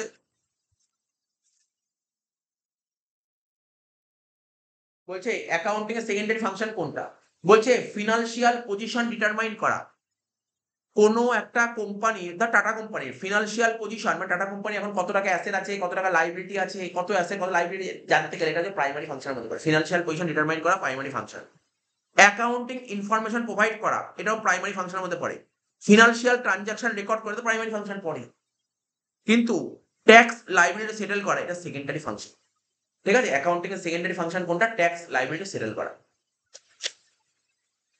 আচ্ছা আরেকটা কথা তোকে যদি আমি জিজ্ঞাসা করি, আমি তোকে যদি জিজ্ঞাসা করি, এখানে লিখেছি দেখ, আমি তোকে বলছি অ্যাকাউন্টিং এর কিছু সুবিধা দেখ। এই দেখ কোথায় গেল সুবিধা, এই দেখ অ্যাডভান্টেজ, একটু পড়বি দেখ, পড়লে বুঝতে সুবিধা হবে। Advantage of accounting. আজকে যদি তোকে কেউ জিজ্ঞাসা করে, যে এখন তুই ধর কোনো একটা কেউ ব্যবসা করছে, তাকে তুই জিজ্ঞাসা করলি তোমার কি বিজনেসের কি হিসাবপত্র রাখো? বলছে ধর হিসাবপত্র রেখে কি হবে? বলতে পারে। ও তখন বলতে পারে হিসাবপত্র রেখে আমার সুবিধা কি আছে, ফায়দা কি? হিসাব রেখে আমার ফায়দা কি? তখন তুই বলতে পারবি তুমি তোমার ব্যবসা যদি হিসাব রাখো তোমার ফায়দা এই কটা, এই 5-7টা ফায়দা আছে। ফায়দাটা কি ভালো করে শুনবি। আজকে তুমি তোমার ব্যবসার হিসাব রাখো তাহলে কি সুবিধা আছে বল? বলতে পারবি? দেখ একটা পয়েন্ট না পড়ে বল দেখি, না পড়ে। আজকে কেউ যদি আজকে কোনো বিজনেস যদি তার হিসাব রাখে তার সুবিধাটা কি হতে পারে? কি সুবিধা হতে পারে? না দেখে বল, বল। শুনছিস তো? এদের ফোন টোন রাখ, একটা ভালো করে শোন আগে বল, মানে কমন সেন্স বল, চেষ্টা কর। তুই নিজে থেকে বলার চেষ্টা কর, তাহলে তুই শিখতে পারবি কিন্তু। দেখলে এখনই মনে পড়বে, পরে মনে পড়বে না। আজকে কেউ একটা দোকান খুলেছে, ও যদি দোকানের হিসাবপত্র রাখে, অ্যাকাউন্ট যদি ঠিকঠাক করে, তাহলে ও কি সুবিধা পাবে? ও দোকান থেকে বছর শেষে কত টাকা লাভ হলো বা ক্ষতি হলো জানতে পারবে, হ্যাঁ কি না? ও জানতে পারবে। আচ্ছা 1 নম্বর এটা, ওর ব্যবসার এখন কি অ্যাসেট আছে, বিজনেসের কি অ্যাসেট আছে, কি লাইবিলিটি আছে, এটা জানতে পারবে। এবার এটা তো নিশ্চয়ই বলতে হবে না অ্যাসেট কাকে বলে, লাইবিলিটি কাকে বলে। অ্যাসেট মানে বুঝতে পারছিস তো? ওর বিজনেসের কি কি, কত কত টাকার মেশিন আছে, কত টাকার ফার্নিচার আছে, কত টাকা ক্যাশ পড়ে আছে। ও যদি গার্মেন্টস এর বিজনেস হয়, কত টাকার গার্মেন্টস পড়ে আছে, ও কাকে ধারে মাল বিক্রি করেছে, তার কাছ থেকে কত টাকা পায়। ঠিক আছে, কারোর থেকে ধারে মাল কি নিলে সে তাকে কত টাকা পায়, সমস্ত কিছু জানতে পারবে। তার মানে অ্যাকাউন্টিং করলে এটা জানতে পারবে, অ্যাকাউন্টিং না করলে, হিসাব না রাখলে এগুলো জানতে পারবে। তাহলে কি কি জিনিস জানতে পারবে? দুটো পয়েন্ট কি জানতে পারবে এবার? স্যার ব্যবসার লাভ ক্ষতি জানতে পারবে, আর ব্যবসার ফিনান্সিয়াল পজিশন, রেজাল্ট আর পজিশন। আচ্ছা আজকে তোদের বাড়িতে অনেকেই বাবা ব্যবসা করছে। তা ব্যবসা করলে মানে ভালো টাকা, মানে টাকা কামানো হচ্ছে, সেই টাকা দিয়ে তো সংসার চলছে, টাকা তো কামাচ্ছে। তো টাকা কামালে, আচ্ছা তো আজকে যদি বিজনেস করে, তা বিজনেস করলে গভর্নমেন্ট তো তার থেকে ট্যাক্স নেবে কি নেবে না, কি মনে হয়? তাহলে গভর্নমেন্টকে তো ট্যাক্স দিতে হবে। আজকে ধর আমি ব্যবসা করছি, তাহলে ব্যবসা করলে তো আমাকে গভর্নমেন্টকে ট্যাক্স দিতে হবে। কত টাকা ট্যাক্স দেবো বল, কত টাকা ট্যাক্স দেবো? স্যার এটা কি করে বলবো কত টাকা ট্যাক্স দেবো? কি করে, কিসের উপর? আমি যে গভর্নমেন্ট আমাকে বললো তুমি তো ইনকাম করছো, তুমি বিজনেস করে এত টাকা ইনকাম করো, তুমি ইনকাম করো, বিজনেস করে ইনকাম করো, তুমি আমাকে ট্যাক্স দাও। তাহলে তোর তো গভর্নমেন্টকে ট্যাক্স দিতে হবে। তুই কত টাকা ট্যাক্স দিবি? তুই জানিস কত টাকা ট্যাক্স দিবি? তুই কি জানিস কত টাকা ট্যাক্স দিবি? না স্যার কি করে জানো? তাহলে তোকে এই জন্য কি জানতে হবে? ট্যাক্স আমার কিসের উপর? প্রফিটের উপর। তুই কত টাকা প্রফিট হয়েছে তার উপর তুই গভর্নমেন্টকে ট্যাক্স দিস। তাহলে তুই প্রফিট না জানিস তুই গভর্নমেন্টকে ট্যাক্স দিতে পারবি? তাহলে প্রফিট জানার জন্য কি জানতে হবে, কি করতে হবে? অ্যাকাউন্টিং করতে হবে। তাহলে বল, গভর্নমেন্টকে ট্যাক্স দেওয়ার জন্য অ্যাকাউন্টিং করা দরকার কি দরকার নেই? তাহলে এটা একটা পয়েন্ট পেলি। এখানে দেখ, এবার তুই দেখতে পারিস তুই কি কি পয়েন্ট তোকে পড়ালাম। আমি তোকে পড়ালাম 2 নম্বর পয়েন্টটা পড়েছি,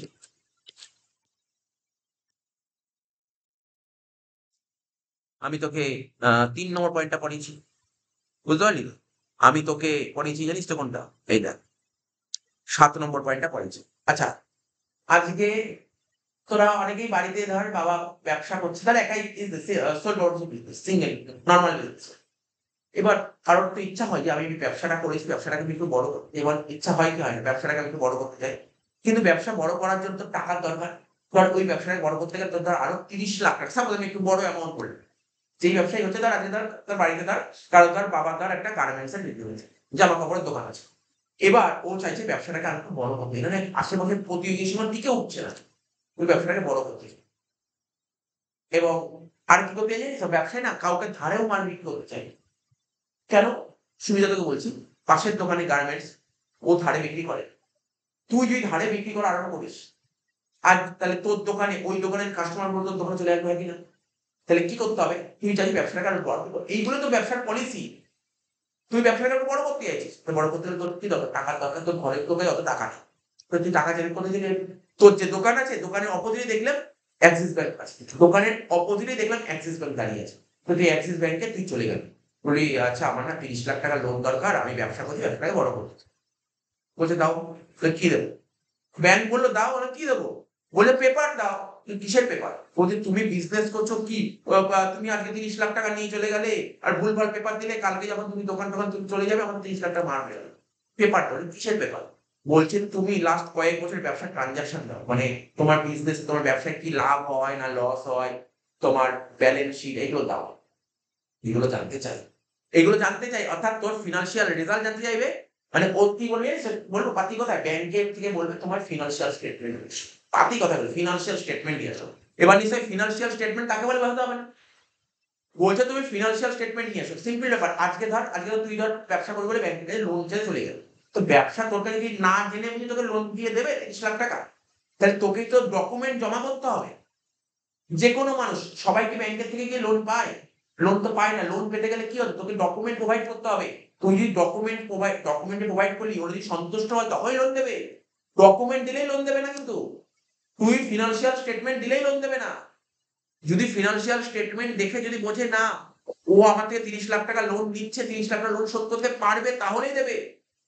30 লাখ টাকা লোন নিলি, তাহলে তোর প্রফিট হতে হবে সেরকম। আমার কথাটা বুঝতে পারছিস তো? তার মানে কি বুঝতে পারলি? তুই ব্যাংকের থেকে যদি লোন পেতে চাস, তাহলে তোর অ্যাকাউন্টিং করা দরকার কি দরকার না বল? স্যার অ্যাকাউন্টিং ব্যাংকের থেকে লোন পেতে গেলে অ্যাকাউন্টিং করা দরকার নেই। বল তুই অ্যাকাউন্টিং করা দরকার নেই। তুই অ্যাকাউন্টিং যদি না করিস, তাহলে তুই ব্যাংকে থেকে কি দিবি লোন নেওয়ার জন্য? ও, তার মানে বুঝতে পারলি? তুই যদি লোন পেতে চাস, তাহলে তোর ফিনান্সিয়াল স্টেটমেন্ট করা দরকার। যে কোনো মানুষকে বলছি, যারাই ব্যবসা করে ছোট থেকে একটু বড় হতে গেলে, যদি ব্যবসা থেকে ব্যাংকের থেকে লোন নিতে চাও, তাহলে তোমার ফিনান্সিয়াল স্টেটমেন্ট তৈরি করতে হবে। ফিনান্সিয়াল স্টেটমেন্ট ছাড়া তোকে দেবে না লোন। নতুন যদি ব্যবসা শুরু করিস, ঠিক আছে, তখন ব্যাপার আলাদা আছে। তখন ব্যাংকের থেকে একটা ইনিশিয়ালি সেন্ট্রাল গভর্নমেন্ট থেকে একটা লোনের ব্যবস্থা আছে, সেটা করতে পারে। কিন্তু একটা বড়সড় অ্যামাউন্ট লোন পেতে গেলে ইনিশিয়ালি ব্যবসা শুরু করতে গেলে ঘর থেকেই টাকা নিয়ে আসতে হয় বা পার্সোনাল লোন নিতে হয়। পার্সোনাল লোন নিয়ে ব্যবসা শুরু করা যাবে।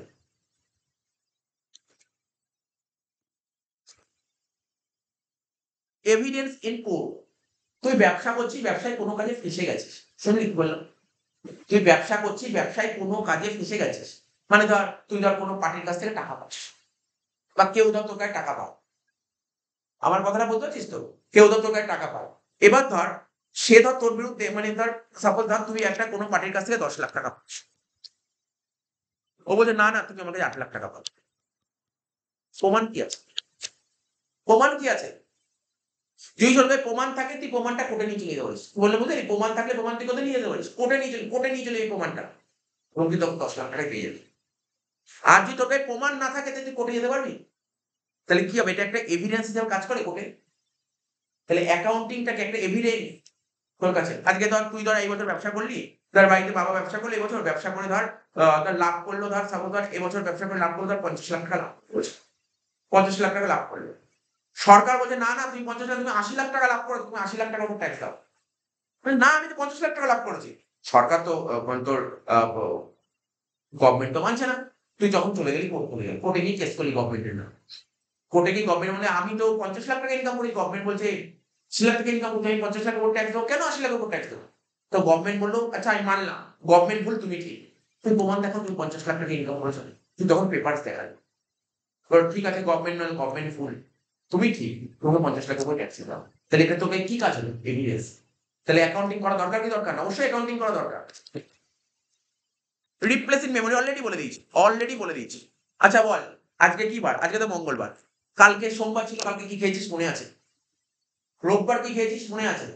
আমি মানলাম, কথা মানলাম। কিন্তু তুই বল, সাপোজ ধর আহ আগস্ট মাসের 2 তারিখে বাড়িতে কি রান্না হয়েছিল মনে আছে? না স্যার। এবার বল, এটা মনে করে বলতে পারবো না। তুই ভাব আজকে আজকে হচ্ছে 19শে আগস্ট, আগস্ট মাসের 2 তারিখে কি রান্না হয়েছে তুই বলতে পারছিস না। বাড়িতে 3-4 জন লোক থাকে তাই বলতে পারছিস না। কি খাওয়া দাওয়া করেছিস? একটা ব্যবসায় একটা বড় বড় বিজনেসে না এমন কোন বিজনেস আছে যেখানে প্রতিদিন 1 লাখ ট্রানজাকশন হয়। প্রতিদিন 1 লাখ ট্রানজাকশন হয়, যেখানে প্রতিদিন 1 লাখ ট্রানজাকশন হয়। তেমনি বছরে 365 কয়েক কোটি ট্রানজাকশন হবে। এটা কি মনে রাখতে পারবে? মেমোরিতে থাকবে কোনোদিন? কোনোদিন মেমোরিতে থাকবে? তার জন্য কি করতে হবে? হিসাব রাখতে হবে। এখানে কি লিখেছে? Replace memory. তুই আজকে দেখ, সাপোজ ধর আমি কয়েকজন স্টুডেন্ট পড়াচ্ছি। যদি আমি সাপোজ ধর আজকে তোরা 5-6টা স্টুডেন্ট পড়াচ্ছিস, বাচ্চা 11 ধর 5-6 এর বাচ্চা পড়াচ্ছিস। কাকে পড়াচ্ছিস? সে কত টাকা মাইনে দিতে তুই হিসাব মেমোরিতে রাখতে পারছিস। কিন্তু 5-6 থেকে যখন 500 হয়ে যাবে তুই মেমোরিতে রাখতে পারবি? কার কাছ থেকে টাকা পাস, কে টাকা দিয়েছে, এই মাসের টাকা কবে দিয়েছে মনে রাখতে পারবি না। তখন কি করতে হবে তোকে? তোকে রেকর্ড করতে হবে। আর তুই যদি রেকর্ড করিস তাহলে মেমোরিতে প্রেশার পড়ছে না। মেমোরিটা রিপ্লেস হয়ে যাচ্ছে ওই পেপারসে। তাহলে এটাও একটা সুবিধা। আর কি? আর বলছে assistance to management in decision making.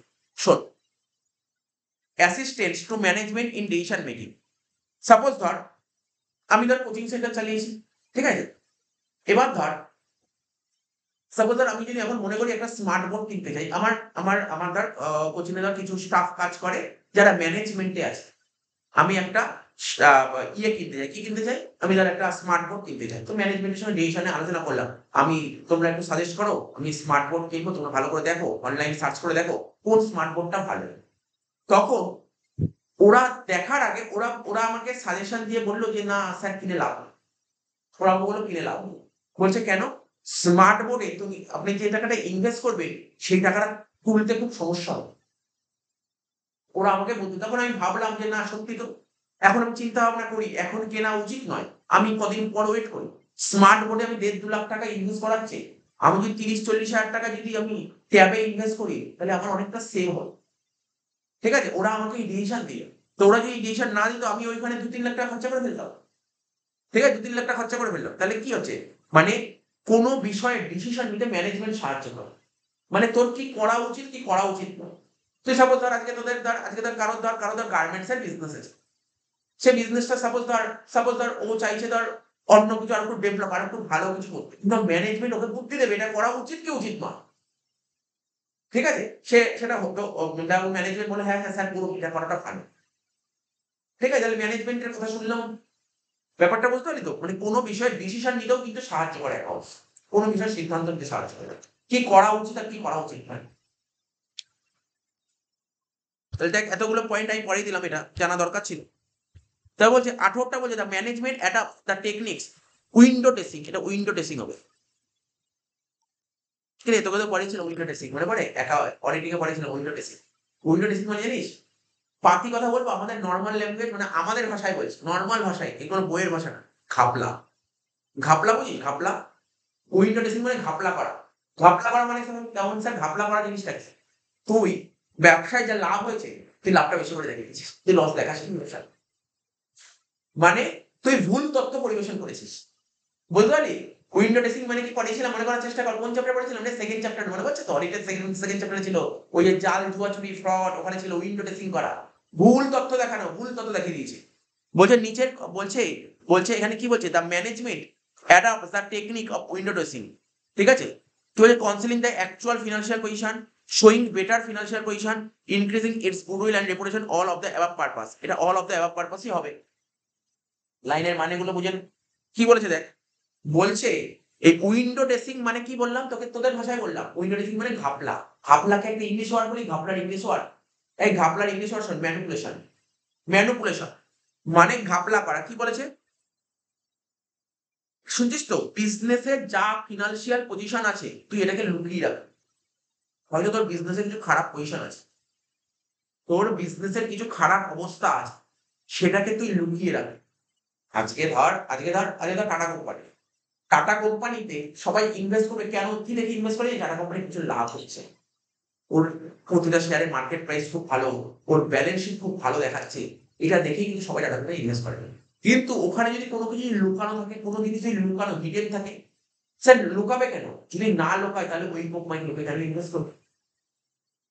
সবাই কোম্পানির ভালো অবস্থা দেখেই কোম্পানিতে ইনভেস্ট করে। তা কোম্পানির খারাপ অবস্থা থাকে সেই ওই কোম্পানিতে ইনভেস্ট করবে? আজকে ধর আমি তোকে বলছি, আমি কোনো একটা কোম্পানিতে টাকা ইনভেস্ট করতে চাই।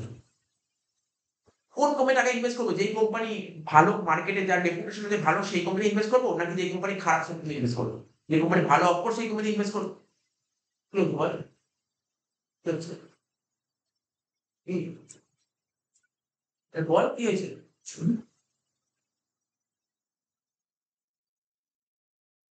কি হয়েছে বল কি? ডিস্টার্ব হচ্ছে না তো? আমি কোন কোম্পানিতে ইনভেস্ট করব কি করব না, ঠিক আছে? আমি সেই কোম্পানির আগে ফিনান্সিয়াল পজিশন দেখবো, ওর আর্থিক অবস্থা কি, কতটা বেটার আর্থিক অবস্থা, সেটার উপর বেস করে তুই সেখানে ইনভেস্ট করবো। তো আজকে ধর কোনো কোম্পানি যদি জানে কোম্পানির অবস্থা সত্যি খারাপ যাচ্ছে, কিন্তু ও চায় ওর কোম্পানিতে সবাই ইনভেস্ট করুক, ইনভেস্ট না করলে কোম্পানি চালাবে কি করে? তাহলে ও কিন্তু লুকিয়ে রাখে, ওর খারাপ জিনিসগুলো লুকিয়ে রাখে, ঠিক আছে? এটাকে বলে ইন্টারেস্ট। ঠিক আছে? তাহলে কি বলছে? Concealing the actual financial position, মানে কনসিলিং মানে কি হবে বলতো? কোনো কিছু গোপন করা, হিডেন করে দেওয়া। তাহলে বল এটা উইন্ডো ড্রেসিং এর মধ্যে পড়বে কি পড়বে না? হ্যাঁ পড়বে। তুই দেখাবি তোর ফিনান্সিয়াল পজিশন গোপন করলি। তারপরের পয়েন্টই বলেছে ফিনান্সিয়াল পজিশন কি করলি? তুই শোয়িং বেটার ফিনান্সিয়াল পজিশন, তোর ফিনান্সিয়াল পজিশন আরো ভালো করে দেখালি। আজকে তোর ব্যবসার অ্যাসেট যা আছে, শুনছিস তো? ব্যবসার অ্যাসেট যা আছে অ্যাসেট আরো বেশি করে দেখালি। লাইবিলিটি যা আছে তুই লাইবিলিটি কম করে দেখালি। ভাববে ভালো তো, এর অ্যাসেট অনেক বেশি, এর লাইবিলিটি কম, তো ভালো তো, এই কোম্পানি ইনভেস্ট করলি। তারপর কি বলছে? ইনক্রিজিং গুডউইল, মানে তোর ব্যবসার মার্কেটের রেপুটেশনটা বেশি করে দেখালি। তো তোর মার্কেটে যদি তোর রেপুটেশন ভালো থাকে সবাই তো কোম্পানি ইনভেস্ট করবে। তার মানে কি তিনটে উইন্ডো ড্রেসিং এর মধ্যে পড়ে। এটা কারেক্ট অ্যান্সার হবে কি? All the above purpose.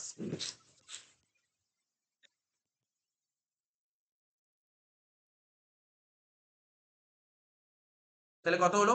18টা D হলো। হ্যাঁ বুঝে যাচ্ছে দেখে বললাম? 19 নম্বর কোশ্চেন বলছি। আচ্ছা তোদেরকে জিজ্ঞাসা করছি আমি, কিন্তু বলবি, বলবি কিন্তু হ্যাঁ। কোয়েল বল, তোকে জিজ্ঞাসা করলো ফিকটিসিয়াস অ্যাসেট, বাংলা করতে হবে না, না বলতে বলে মানে বুঝিয়ে দেবো, চিন্তা নেই। ফিকটিসিয়াস অ্যাসেট মনে আছে? কোন ক্লাসে পড়েছিলাম জানিস? তোদের যখন 11 পড়ানো আরম্ভ করেছিলাম, ফার্স্ট মান্থে যেগুলো পড়ালাম ওইগুলো পড়েছি, বেসিক অ্যাকাউন্টিং টার্মের কোশ্চেন, ফিকটিসিয়াস অ্যাসেট মনে আছে? না আমি তোকে অ্যান্সার জানতে চাইনি, অ্যান্সার জানতে চাইলে ভুলভাল অ্যান্সার দিবি। তো আমি বলতে চাইছি মনে করতে হবে। ফিকটিসিয়াস অ্যাসেট মানে কি মনে আছে? মনে আছে? ফিকটিসিয়াস অ্যাসেট মানে বলেছিলাম ফলস অ্যাসেট, ভুয়ো সম্পত্তি। ভুয়ো সম্পত্তি, ফলস অ্যাসেট। ফলস অ্যাসেট কাকে বলে ভালো করে শুনবি। যেই অ্যাসেটের মানে বাস্তবে মানে রিয়ালিটিতে কোনো এক্সিস্ট করে না, যেই অ্যাসেটের বাস্তবে কোনো অস্তিত্বই নেই। কি বললাম বুঝতে পারলি? কি বললাম? আরে বলতে হবে আমার সঙ্গে, বল কি অসুবিধা বল। ইশারা করিস না, আলোচনা করিস না, যেটা বলছি ভালো করে শোন, আমি পড়াচ্ছি। ফিকটিসিয়াস অ্যাসেট জিনিসটা কি? ফিকটিসিয়াস অ্যাসেটকে বাংলায় বলে ভুয়ো সম্পত্তি। ভুয়ো, ভুয়ো মানে কি? ঝুটা, হিন্দিতে বলে ঝুটা, ফলস, ফলস অ্যাসেটস। তাহলে ভুয়ো সম্পত্তি কাকে বলে? যেই অ্যাসেটের বাস্তবে কোনো অস্তিত্বই নেই, যেই অ্যাসেটের রিয়ালিটিতে মানে রিয়াল লাইফে যার কোনো অস্তিত্ব নেই, তাকে বলে ফিকটিভ অ্যাসেট, যার কোনো অস্তিত্ব নেই। এবার দেখি গুডউইল, গুডউইলের বাস্তবে অস্তিত্ব আছে? হ্যাঁ, অস্তিত্ব আছে। গুডউইল এক্সিস্ট করে রিয়ালিটিতে। ট্রেডমার্ক, এটাও এক্সিস্ট করে রিয়ালিটিতে। তারপর প্রিপেড এক্সপেন্সেস, এটাও এক্সিস্ট করে রিয়ালিটিতে। কিন্তু প্রিলিমিনারি এক্সপেন্সেস এটা এক্সিস্ট করে না, এটা ফিক্সড অ্যাসেটের মধ্যে পড়ে। প্রিলিমিনারি এক্সপেন্স কি জানিস তো? কোম্পানি তৈরি হওয়ার আগে কিছু খরচা করা হয়, কোম্পানি গঠন হওয়ার আগে খরচা করা হয়, এটাকে বলা হয় প্রিলিমিনারি এক্সপেন্সেস। তোকে যদি কখনো বলে, মনে রাখবি ফিক্সড অ্যাসেট একটা এক্সাম্পল দাও, প্রিলিমিনারি এক্সপেন্স এক ধরনের ফিক্সড অ্যাসেট। কি বললাম? প্রিলিমিনারি এক্সপেন্স এক ধরনের ফিক্সড অ্যাসেট। খুব ইম্পর্টেন্ট কোশ্চেন, এটা দিতে পারে, তো মনে থাকবে তো এটা। নেক্সট, আচ্ছা বল দেখি, তুই বল দেখি, দেবকর গুডউইল অ্যাসেট কি? অ্যাসেট বল দেখি। অ্যাসেট, আচ্ছা কি ধরনের অ্যাসেট? আচ্ছা আবার বলছি, ঠিক আছে গুডউইল অ্যাসেট বলি। আচ্ছা অ্যাসেটকে কবে ভাগ করা যায় বলেছিলাম মনে পড়ে? বেসিক অ্যাকাউন্টিং থেকে অ্যাসেটকে কবে ভাগ করা যায়? 3 ভাগে। কি কি অ্যাসেট বল? একটা অলরেডি বললাম, ফিকটিসিয়াস অ্যাসেটস। আর দুটো বল, আরে বলতে হবে। একটা কারেন্ট অ্যাসেটস আর একটা নন কারেন্ট অ্যাসেটস। তাহলে কি কি বললাম? তাই তো? এইগুলো তোকে দেখ, তাহলে দেখেছিস তো সব, অনেক প্রথমে পড়েছিলাম, সব ভুলে গেছিস। তাহলে এগুলো রিভাইজ করতে হবে না? তাহলে তুই করবি কি করে? এই দেখ, এগুলো লিখতে হবে না? তাহলে লেখার দরকার নেই, এগুলো খাতায় লেখা আছে আগে। অ্যাসেটস, অ্যাসেটস কে তিন ভাগে ভাগ করে দাও। Current assets, non current assets, আর এফ এ লিখলাম, এফআইসি লিখলাম, ফিকটিসিয়াস অ্যাসেটস।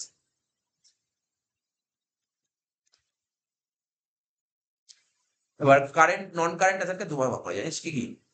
একটাকে বলে ট্যানজিবল, মনে পড়ছে? একটা কি? ইনট্যানজিবল। একটা ট্যানজিবল, একটা ইনট্যানজিবল। ট্যানজিবল মানে কি? যেগুলোকে টাচ করা যায়, আর ইনট্যানজিবল মানে যেগুলোকে টাচ করা যায়। এবার বল গুডউইল, গুডউইল কি টাচ করা যায় কি টাচ করা যায় না? তাহলে এটা কি অ্যাসেট হবে? Intangible asset. পরীক্ষায় দেবে, বলবে এর পরের প্রশ্নে হয়তো পাবি, বলবে একটা ইনট্যানজিবল, এর মধ্যে কোনটা ইনট্যানজিবল অ্যাসেট? তাহলে যেগুলোকে টাচ করা যায় না, গুডউইল টাচ করা যায় না, ট্রেডমার্ক এটাকেও টাচ করা যায় না। তাহলে গুডউইল ট্রেডমার্ক দুটো ইনট্যানজিবল অ্যাসেটস। প্রিপেড এক্সপেন্সেস, ঠিক আছে? প্রিপেড এক্সপেন্সেস এটাকে কি আছে? এটাকে কারেন্ট অ্যাসেট বলে, এটাকে বলে কারেন্ট অ্যাসেটস। এটা কারেন্ট অ্যাসেটস। একটু রিভাইজ করিস, কিন্তু বেসিক অ্যাকাউন্টিং না, মেনশন করিস, অনেক কোশ্চেনে বেসিক অ্যাকাউন্ট পাবি। এবার দেখ পরের কোশ্চেনে পড়। বলছে which one of the following is not a fictitious asset. ভালো করে শুনবি, বলছে এর মধ্যে কোনটা ফিকটিসিয়াস অ্যাসেট নয়। দেখ, তোকে আগের আগের অঙ্কনে পড়ালাম, আগের কোশ্চেনে পড়ালাম, বল দেখি কি বলেছিলাম? ফিকটিসিয়াস, ওই চারটের মধ্যে আগের কোশ্চেনে চারটের মধ্যে কোনটা ফিকটিসিয়াস অ্যাসেট ছিল মনে করে বলতে পারবি? হ্যাঁ বল বল বল। প্রি, আমি বল প্রোনাউন্সিয়েশনটা শুনে রাখবি, না খুব জরুরি। প্রিলিমি, প্রিলিমি নারী, প্রিলিমি নারী। কি বললাম? এই দেখ, প্রথমে প্রোনাউন্সিয়েশন প্রি, তারপর লি, তারপর মি, তারপর নারী। প্রিলিমিনারি এক্সপেন্সেস, এটা এক ধরনের ফিকটিসিয়াস অ্যাসেটস, ঠিক আছে? তারপর শুনবি, কিন্তু ভালো করে শুনবি, আমার কথাটা শোন, মন দিয়ে শোন, মন দিয়ে শোন, কোশ্চেন দেবে আজকে তোকে যে কোশ্চেনগুলো এখন পড়াচ্ছি না, আগের কোশ্চেন থেকে এগুলো মারাত্মক ইম্পর্টেন্ট কোশ্চেন, এগুলোই পরীক্ষায় কোশ্চেন দেয়, এইগুলোই কিন্তু পরীক্ষায় কোশ্চেন আসবে। আর এইগুলোতে আনতে আমি মারতে যাবে, ভুলভাল হবে, কিন্তু ভালো করে শুনে এই কোশ্চেন পরীক্ষায় আসবে। তো বলছে এর মধ্যে কোনটা ফিকটিভ অ্যাসেট নয়। আমি আগে তোকে বলছি কোনগুলোকে ফিকটিসিয়াস অ্যাসেট বলে। যেমন প্রিলিমিনারি এক্সপেন্সেস এক ধরনের ফিকটিসিয়াস অ্যাসেট। স্যার আর কি? Debit balance. আচ্ছা আচ্ছা আমি বলছি, তোদের বাড়িতে ধর বাবা ব্যবসা করে, তো ধর ব্যবসা থেকে কি এক্সপেক্ট করে? বাবা ব্যবসা থেকে কি এক্সপেক্ট করে? লাভ না লস? লাভ। লাভ যে এক্সপেক্ট করে, এটা এটা ঠিক আছে, এটা ঠিক আছে। কিন্তু ব্যবসা থেকে যদি লস হয়, ওটাকে বলা হয় ফিকটিসিয়াস অ্যাসেটস। বোঝা গেল? মনে থাকবে তো? ব্যবসা থেকে যদি লস হয়, তাকে বলে ফিকটিসিয়াস অ্যাসেটস। এই যে debit balance of profit and loss account, এটাকে বলা হয় লস। এটাই হচ্ছে লস, এটাকে বলা হয় লস। মনে থাকবে তো?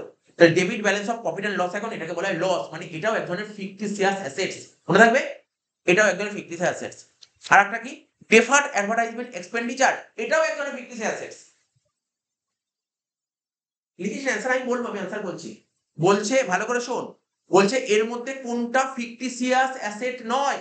তাহলে আমি তোকে কি পড়ালাম, এই তিনটেকে কি বলে বল, এই বল দেখি তিনটে কি বললাম, এই তিনটেকে কি বলে, এই তিনটেকে বলা হয় ফিকটিসিয়াস অ্যাসেটস, ফিকটিসিয়াস অ্যাসেটস, এই তিনটেকে বলা হয় ফিকটিসিয়াস অ্যাসেটস। বোঝা গেল তো, এই তিনটে হচ্ছে ফিকটিসিয়াস অ্যাসেটস।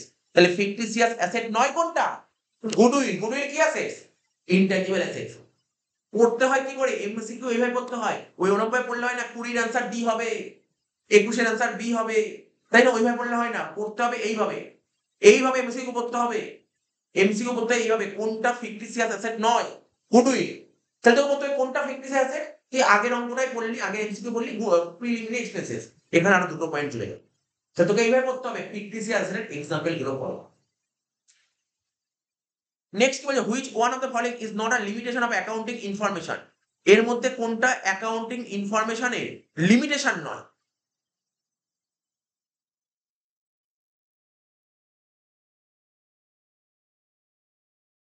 ঠিক আছে, এর মধ্যে কোনটা অ্যাকাউন্টিং লিমিটেশন নয়, 21 নম্বর বলছি।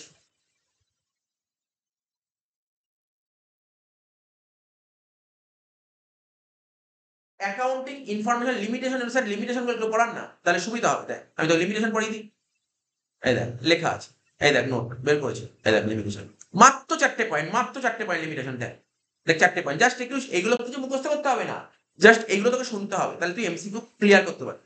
বলছে accounting is not fully exact because sometime it is based on estimates. আজকে তুই ধর, ধর কদিন পরে তোদের পরীক্ষা হবে, সেমিস্টার পরীক্ষা হবে, অ্যাকাউন্টেন্সি পরীক্ষা হবে, পরীক্ষা দিতে গেলে অ্যাকাউন্টেন্সি পরীক্ষা দিয়ে 40 সময় পরীক্ষা দিই, পরীক্ষা দিয়ে বাড়িতে আসলি, এবার বাড়িতে আসলি, আসার সঙ্গে সঙ্গে মা জিজ্ঞাসা করলো কেমন হলো অ্যাকাউন্টেন্সি পরীক্ষা, বলে ভালো হয়েছে, ভালো হয়েছে, বলে ভালো তো হয়েছে বুঝেছে, ছোটবেলা থেকে বলেই আসি ভালো হয়েছে, ভালো হয়েছে। তো বল অ্যাকাউন্টেন্সি পরীক্ষা দিয়ে 40 পরীক্ষা হলো, জানতে পারলো মা 40 পরীক্ষা হয়, এমসিকিউ পেপার পরীক্ষা, 40 কত পাবো, বলে হেভি পরীক্ষা হয়েছে, 36 পাবো। তাহলে 36 পাবো, কিন্তু শিওর কি তুই 36 পাবি, ভালো করে শোন, শিওর বলতে তুই 36 পাবি না স্যার, তাহলে তুই কি করে, তুই একটা এস্টিমেট লাগিয়ে 36 পেতে পারিস, তুই 36টা 38 হতে পারে, আবার 25 হতে পারে, 20 যাই হোক 25 হতে পারে, 25 হতে পারে, আবার ওইদিকে 38 হতে পারে। তার মানে কি এটা কি এক্সাক্ট, এটা কি এক্সাক্ট, ভালো করে শুনবি, এখানে কি লিখেছে, accounting is not fully exact, accounting exact হয় না, but because sometime it is based on some estimates, কখনো কখনো এটা এস্টিমেট করা, তাহলে অ্যাকাউন্টিং কি এস্টিমেটস এর উপর হয়। ইট ইগনোরস কোয়ালিটেটিভ এলিমেন্টস, এখানে কি ইগনোর করা হয়, এখানে কি ইগনোর করা হয়, কোয়ালিটেটিভ এলিমেন্ট। আচ্ছা কোয়ালিটেটিভ আর কোয়ান্টিটেটিভ মনে পড়ছে, কোয়ালিটেটিভ কাকে বলে, কোয়ালিটেটিভ কাকে বলে আর কোয়ান্টিটেটিভ কাকে, দু রকমের এলিমেন্ট হয় জানিস তো, ব্যবসায় না দু রকমের এলিমেন্ট, একটা কোয়ালিটেটিভ আর একটা কোয়ান্টিটেটিভ। একটা কোম্পানি ধর একটা এমপ্লয়ি আছে, এমপ্লয়ি হার্ড ওয়ার্ক করলো, শুনলি তো, হার্ড ওয়ার্ক করলো, এমপ্লয়ি ডেডিকেটেড, এমপ্লয়ি অনেস্ট, সব দিক থেকে এমপ্লয়ি ভালো, সব দিক থেকে এমপ্লয়ি ভালো। তো এই জিনিসগুলো কি কখনো অ্যাকাউন্টিং যখন অ্যাকাউন্টস করাবে, অ্যাকাউন্টসে লেখা থাকে যে এই এমপ্লয়ি ডেডিকেটেড লিখবে, এই এমপ্লয়ি অনেস্ট লিখবে, এই এমপ্লয়ি হার্ড ওয়ার্ক করেছে, ঠিক আছে, এইগুলো কখনো লেখা থাকে না, এটা একটা অসুবিধা। আমার কথাটা বুঝতে পারলি কি বুঝতে পারলি না, বা ধর এই এমপ্লয়ের জন্য আজকে আমার কোম্পানি এই জায়গায় চলে গেছে, এই উপরে উঠেছে এই কোম্পানি, আজকে আমার কোম্পানি অবস্থা খুব খারাপ ছিল, এই এমপ্লয়ির জন্য আমার কোম্পানি এতটা উপরে উঠেছে, তো এইগুলো কখনো দেখানো হয়, কোনোদিন দেখানো হয় না। অর্থাৎ মানে অ্যাকাউন্টেন্সি কি ইগনোর করে, কোয়ালিটেটিভ এলিমেন্ট, বুঝতে পারলি হোয়াট ইজ কোয়ালিটেটিভ এলিমেন্ট নাকি বুঝতে পারলি না, আজকে দাঁড়াই বলছি তুই এই যে বাড়িতে যে মা যে ভালোবাসা দেয়, মায়ের যে ভালোবাসা এটাকে বলে কোয়ালিটেটিভ। কোয়ালিটেটিভ মানে কি বলতো, মানে কি বলবো, কোনো একটা গুণ, কোনো একটা গুণ। আর কোয়ান্টিটেটিভ কোনটা বলতো, যেটা সংখ্যা দিয়ে বিচার করে, আমি কথাটা বুঝতে পারি কি বুঝতে পারি, কোয়ান্টিটেটিভ মানে যেটাকে সংখ্যা দিয়ে বিচার করা যায়, আর কোয়ালিটেটিভ সংখ্যা দিয়ে বিচার হবে না, মানে গুণ বোঝাবে, গুণ। আমার কথাটা বুঝতে পারছিস তো, তো ধর একটা কোম্পানিতে কোনো একজন ওয়ার্কার আছে, বা কোনো একজন স্টাফ এমপ্লয়ি আছে, ও হার্ড ওয়ার্ক, ও হার্ড ওয়ার্কার, ঠিক আছে, ও 10টা থেকে 6টা অবধি ডিউটি করার কথা, ও 10টার মধ্যেই ঢোকে, ও রাত্রি 8টা অবধি কাজ করে, ঠিক আছে, তারপর ও অনেস্ট, ও কোম্পানির, ও কোম্পানির ভীষণ ভালো, ভালোর কথা ভাবে, তাহলে এইগুলো কখনো কিন্তু ওই অ্যাকাউন্টিং যে স্টেটমেন্ট হয় না ওর মধ্যে কখনো লেখা থাকে না, তাহলে এটা কি, এটা একটা অসুবিধা, তাহলে বুঝতে পারলি কি বললাম। আচ্ছা, ইট ইগনোর প্রাইস লেভেল জিনিস, স্যার ব্যাপারটা বুঝতে পারলাম না, তোকে বলছি শোন, দেখ তুই আজকে ধর একটা ফোন কিনলি, শুনছিস তো? আজকে ধর একটা ফোন কিনলি 30,000 টাকা দিয়ে। 15 দিন পর ওই ফোনটার দাম 30,000 টাকা 20,000 টাকা হয়ে গেল। শুনলি? তুই যে ফোন কিনলি 30,000 টাকা দিয়ে, তুই কত টাকা বইতে দেখাবি বল? 30,000 টাকা দেখাবি না 10 দিন পর 20,000 টাকা হয়ে গেল 20,000 টাকা হয়ে গেল? 30,000 টাকা দেখাবি। এটা একটা ডিসঅ্যাডভান্টেজ। এটা একটা ডিসঅ্যাডভান্টেজ। কারণ আমরা যে অ্যাকাউন্টেন্সি আমি আগের ক্লাসে পড়ালাম, আজকে তো মঙ্গলবার, শনিবার পড়ালাম না? শনিবারই তো পড়ালাম। যেটা পড়ালাম কি পড়ালাম? ওই হিস্টোরিক্যাল কস্ট অ্যাকাউন্টিং বলছিলাম না? আমরা যে বইতে যে অ্যাকাউন্টসটা শো করি কোনটা দেখায়? হিস্টোরিক্যাল কস্ট অ্যাকাউন্ট দেখায়। অর্থাৎ যেই দামে কিনেছি সেই দামই দেখায়। অর্থাৎ প্রাইস লেভেল চেঞ্জ। ধর সাপোজ ধর তুই 30,000 টাকা দিয়ে ফোন কিনলি, কালকে আজকে কিনলি 30,000 টাকা, কালকে দেখবি ফোনের দাম 29,000 টাকা হয়ে গেল, 29,000 টাকা হয়ে গেছে। 7 দিন পর হয়ে গেল 20,000 টাকা, 20,000 টাকা দেখাবি না। বা ধর 1 মাস পর ফোনের দাম 35,000 টাকা হয়ে গেল, 35,000 দেখাবি না। আমরা এখানে প্রাইস লেভেলটাকে ইগনোর করছি। মনে থাকবে তো? আর কি উইন্ডো ড্রেসিং? উইন্ডো ড্রেসিং বলেছি? উইন্ডো ড্রেসিং বলেছি? উইন্ডো ড্রেসিং মানে কি? ভুল তথ্য পরিবেশন করা। তাহলে এইগুলো বুঝতে পারলি? তাহলে বলছে বল, এখানে বলছে বল, এখানে পড়ে বল কোনটা অ্যাকাউন্টিং ইনফরমেশনের অসুবিধা নয়, মানে কি সুবিধা? তাহলে তুই বল অ্যাকাউন্টিং ইনফরমেশনের অসুবিধা কোথায় গেল? একটা অসুবিধা কি জানিস তো? এটা হচ্ছে অসুবিধা পার্সোনাল জাজমেন্ট।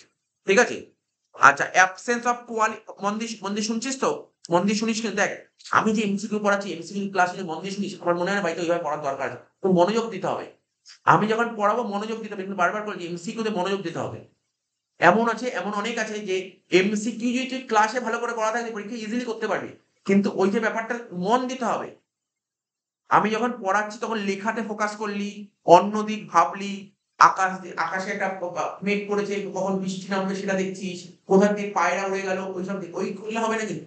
মনটা পুরো ফোকাস, বা পড়তে বসে হুট করে একটা হোয়াটসঅ্যাপ টুন করে মেসেজ বাজলো, ওইগুলো ভাবলে হবে না। পুরো মনোযোগ একদম ফোকাস করতে হবে, তাহলে তোর পুরো এমসিকিউ হয়ে যাবে। এমন অনেকে আছে যে এমসিকিউ ক্লাস ভালো করে পড়ে কিন্তু এমসিকিউ পারা যায়। ইভেন এমন অনেক এমসিকিউ হতে পারে তুই বাড়িতে পড়েই গেলি পরীক্ষার আগে, কিন্তু ক্লাসে শুনেছিলি, তার উপর এমসিকিউ চলে আসতে পারে। এটা বারবার বলছি, বারবার এসছে এবং বিগত বহু বছর এরকম কোশ্চেন হয়েছে। মন দিয়ে শুনতে হবে ক্লাস। বলছে কি absence of qualitative qualitative information. এইমাত্র বললাম কোম্পানিতে কোনো একজন এমপ্লয়ি হার্ড ওয়ার্ক করে, তা হার্ড ওয়ার্ক করলে ওটাকে আমরা অ্যাকাউন্টেন্সে শো করি। তার মানে কি বল? এইটা কি অ্যাবসেন্স অফ কোয়ালিটেটিভ ইনফরমেশন? এটা কি? এটা কি লিমিটেশন কি অ্যাডভান্টেজ? কি মনে হয় এটা? বল বল, এটা কি লিমিটেশন নাকি অ্যাডভান্টেজ? এটা কি হবে? লিমিটেশন। পার্সোনাল জাজমেন্ট, এটাও limitation. Exhibition of estimate position, মানে তুই এস্টিমেট করলি। অ্যাকাউন্টিং কি এস্টিমেট? অ্যাকাউন্টেন্সি কি এস্টিমেট? আমি বললাম না যে তুই পরীক্ষা দিয়ে আসলি, বললি কত পাবি? 36 পাবি, তুই এস্টিমেট করে বললি এটা এস্টিমেট। তাহলে এস্টিমেট অ্যাকাউন্টেন্সি সুবিধা নাকি অসুবিধা? অসুবিধা। প্রথম পয়েন্ট ছিল না অসুবিধা। অসুবিধা মানে এটাও লিমিটেশন। তাহলে কোনটা লিমিটেশন নয়? লিগাল রেস্ট্রিকশন, এটা লিমিটেশন নয়, এটা সুবিধার মধ্যে পাবো। ঠিক আছে? তুই কোনো কাজে ফেঁসে গেলে তখন তুই ফিনান্সিয়াল স্টেটমেন্ট যদি কোর্টে জমা করিস, ওটাই তোকে বাঁচিয়ে দেবে। তার মানে এটা কি? এটা লিমিটেশন নয়। আমি দেখেছি, আমি তোকে ডাইরেক্ট অ্যান্সার বলছি কি? আমি কি বলছি 20-21 এর অ্যান্সার কি হবে? কিন্তু আমি এটা বলছি না, আমি তোকে বোঝাচ্ছি এমসিকিউ, মানে এটাই তোর বোঝা দরকার। Accounting does not consider, accounting এ কি কনসিডার করা হয় না? 22 টা অ্যাকাউন্টেন্সি কি কনসিডার করে না? বলতে পারবি? বলতে পারবি? এই মাত্র তোকে পড়ালাম।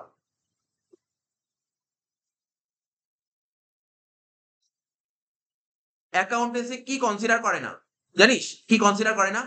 Price level changes. মনে পড়ছে? প্রাইস লেভেল চেঞ্জ হলে ওটা কি কনসিডার করে না? ওটা কনসিডার করে না। প্রাইস লেভেল চেঞ্জ হলে কনসিডার করে না। এটা হবে সি।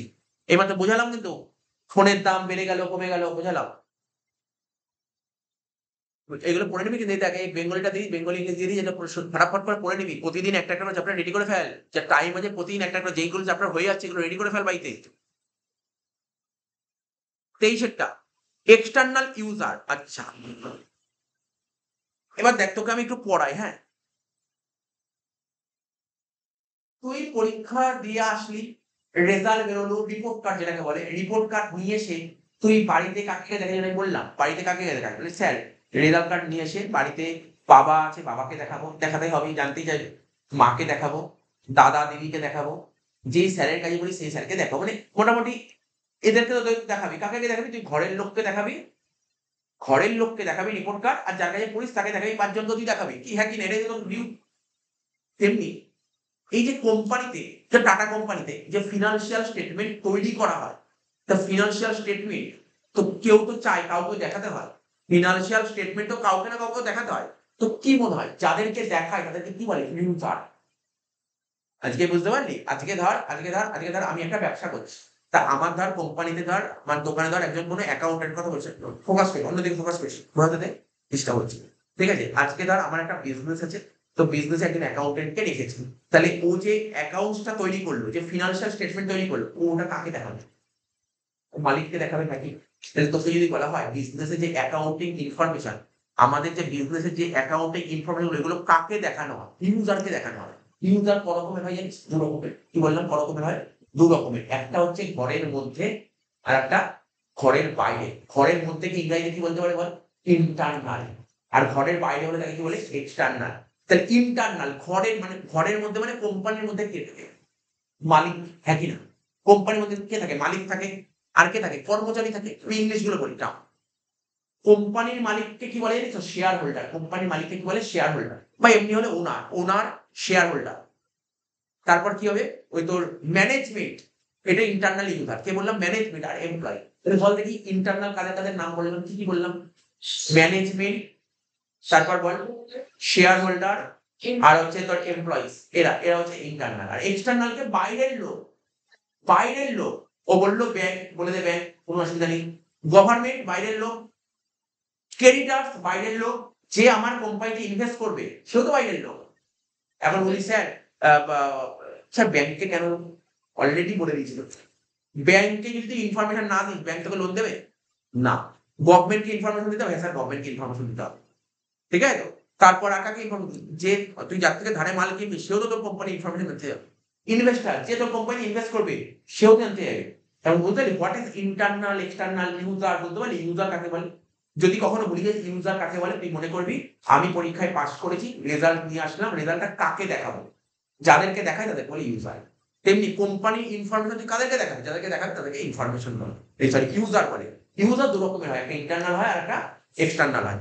এবার কোশ্চেন, মনে কিছু আইডিয়া হলো ইউজার কাকে বলে? এবার পড়। এখানে বলছে এক্সটার্নাল ইউজার, ঠিক আছে? External user of accounting information who have direct interest in the business. বিজনেসের প্রতি ইন্টারেস্ট। ঠিক আছে? তো 23 এর কোশ্চেনের অ্যান্সারটা দেখ কি হতে পারে। ঠিক আছে তো? তার মানে বল এর মধ্যে এক্সটার্নাল। আচ্ছা লেবার ইউনিয়ন, বল দেখি লেবার ইউনিয়ন এটা কে? লেবার ইউনিয়ন কে? ট্রেড অ্যাসোসিয়েশন কে? ট্রেড অ্যাসোসিয়েশন, কম্পিউটার আর ট্যাক্স অথরিটি। ঠিক আছে? এখানে ভালো করে পড়বি। বলছে এদের মধ্যে কারা এমন একটা এক্সটার্নাল ইউজারের নাম বলো যে যে ইন্টারেস্টেড। এর মধ্যে চারজনই কিন্তু এক্সটার্নাল। চারজনই কিন্তু এক্সটার্নাল ইউজার। কিন্তু এই 4 জনের মধ্যে কে ডাইরেক্টলি, কে সরাসরি ইন্টারেস্ট আমার বিজনেসের প্রতি? এই 4 জনের মধ্যে কে ইন্টারেস্ট আমার বিজনেসের প্রতি? জানিস কে ইন্টারেস্টেড? ট্যাক্স অথরিটি, ও ইন্টারেস্টেড। এখানে আমাদের লেখা আছে 4, তোদের বইতেও দিয়েছে।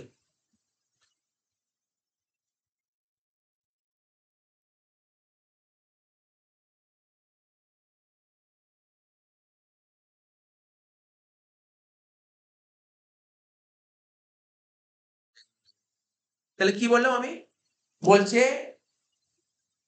আমি তো পড়ালাম ইউজার 2 রকমের, একটা ইন্টারনাল হয় একটা এক্সটার্নাল হয়। বলছে এমন একটা এক্সটার্নাল ইউজারের নাম বলে 4টের মধ্যে যে কিনা ডাইরেক্টলি মানে সরাসরি আমার বিজনেসের প্রতি ইন্টারেস্টেড, সরাসরি আমার বিজনেসের প্রতি ইন্টারেস্টেড। তাকে কি বলা হয়? তাকে বলে ট্যাক্স অথরিটি। ডি 23 এর তবে ডি। 24 এরটা, 24 এরটা কি বলেছে?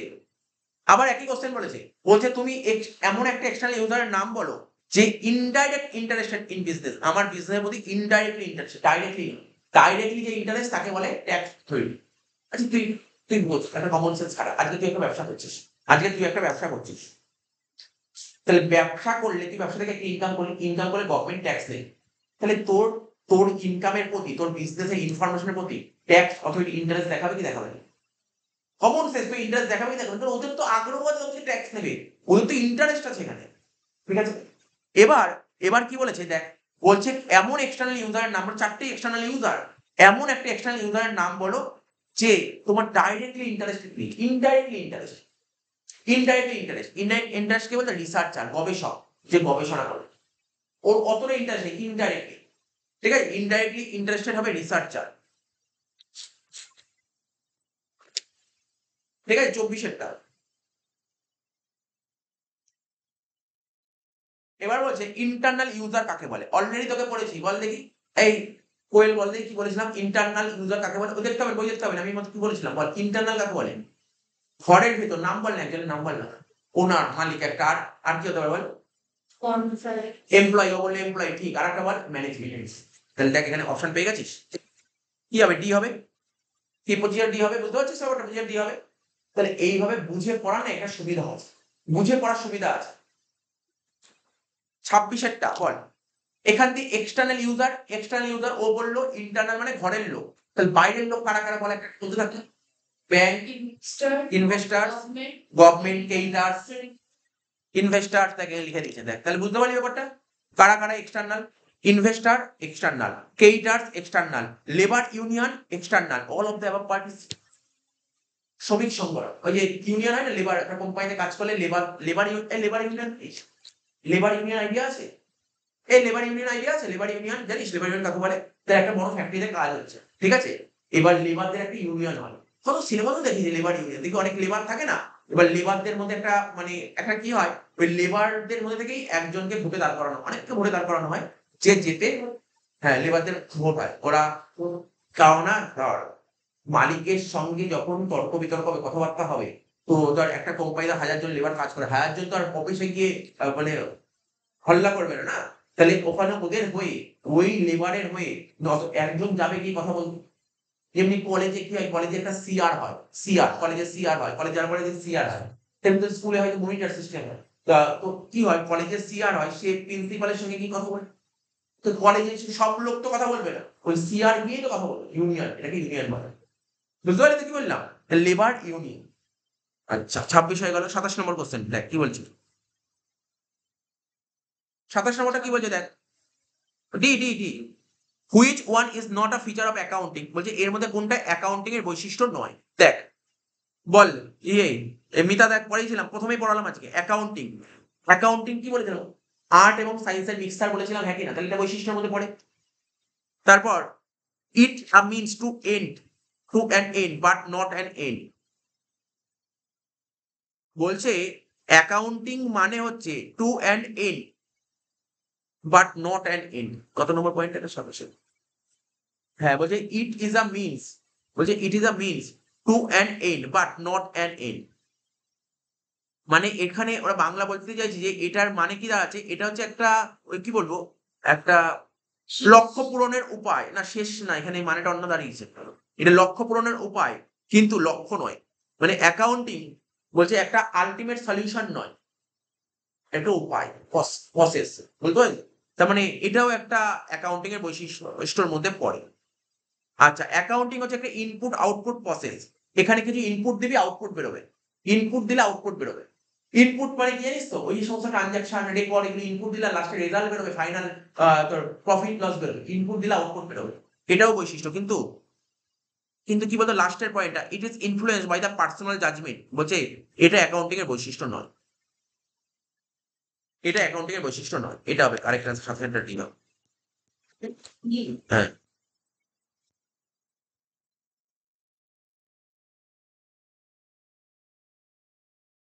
28টা কি বলে দেখ, the first step of accounting. এটা তো বলার দরকার নেই, এটা তো আজকে প্রথমেই পড়ালাম। বল কি বলেছিলাম, বল এদিক দেখবি না, এদিক দেখবি না। প্রথম স্টেপ কি অ্যাকাউন্টিং এর? প্রথম স্টেপ কি অ্যাকাউন্টিং এর? প্রথম স্টেপ কি, কি বললাম বল? আইডেন্টিফিকেশন। আইডেন্টিফিকেশন, এটা কারেক্ট অ্যান্সার। আইডেন্টিফিকেশন। প্রথম পয়েন্ট এ হবে, to identify business transaction and event. বুঝতে পারলি? মনে থাকবে। আজকে যে পড়লাম না এই কোশ্চেন গুলো, এগুলো এখান থেকে কিন্তু ভালো কোশ্চেন আসবে কিন্তু। তো এইগুলো দেখ, কিন্তু যেইগুলো পড়াচ্ছি সেগুলো রেডি করে ফেল, রেডি করে ফেল, বারবার বলছি রেডি করে ফেল। তুই যতক্ষণ না ঘাটবি ততক্ষণ হবে না, কিন্তু এটা বারবার বলছি। আর আমি কিন্তু নেক্সট উইকে কিন্তু অ্যাকাউন্টসের পরীক্ষা নেবো, 40 সময় পরীক্ষা হবে কিন্তু আমার। আর এই শনিবারের মধ্যে অ্যাকাউন্টস শেষ। আচ্ছা বল, তুই বল, দেবপর্ণা বল দেখি। Last step of accounting, accounting last step কি ছিল? প্রথম স্টেপ ও বললো আইডেন্টিফিকেশন, লাস্টের স্টেপ কি ছিল মনে পড়ে? Communicating correct answer communicating. Result communicate করা, বাবা মাকে রেজাল্টটা জানাবি এসে, নাহলে দেবে চটথাবড়া। রেজাল্ট না জানালে চটথাবড়া দেবে, বুঝিস তো। লাস্ট স্টেপ অফ অ্যাকাউন্টিং কি? Communicating accounting information. 29-এরটা সি হলো। 30-এরটা the primary objective of accounting, আগেই পড়েছি। অ্যাকাউন্টিং এর প্রাইমারি অবজেক্টিভস কি, মানে মেন উদ্দেশ্য কি, অ্যাকাউন্টিং এর মেন উদ্দেশ্য কি? এটা একটু পড়াইনি, একটু পড়ে দিচ্ছি ছোট্ট 2 লাইনে। এক minute.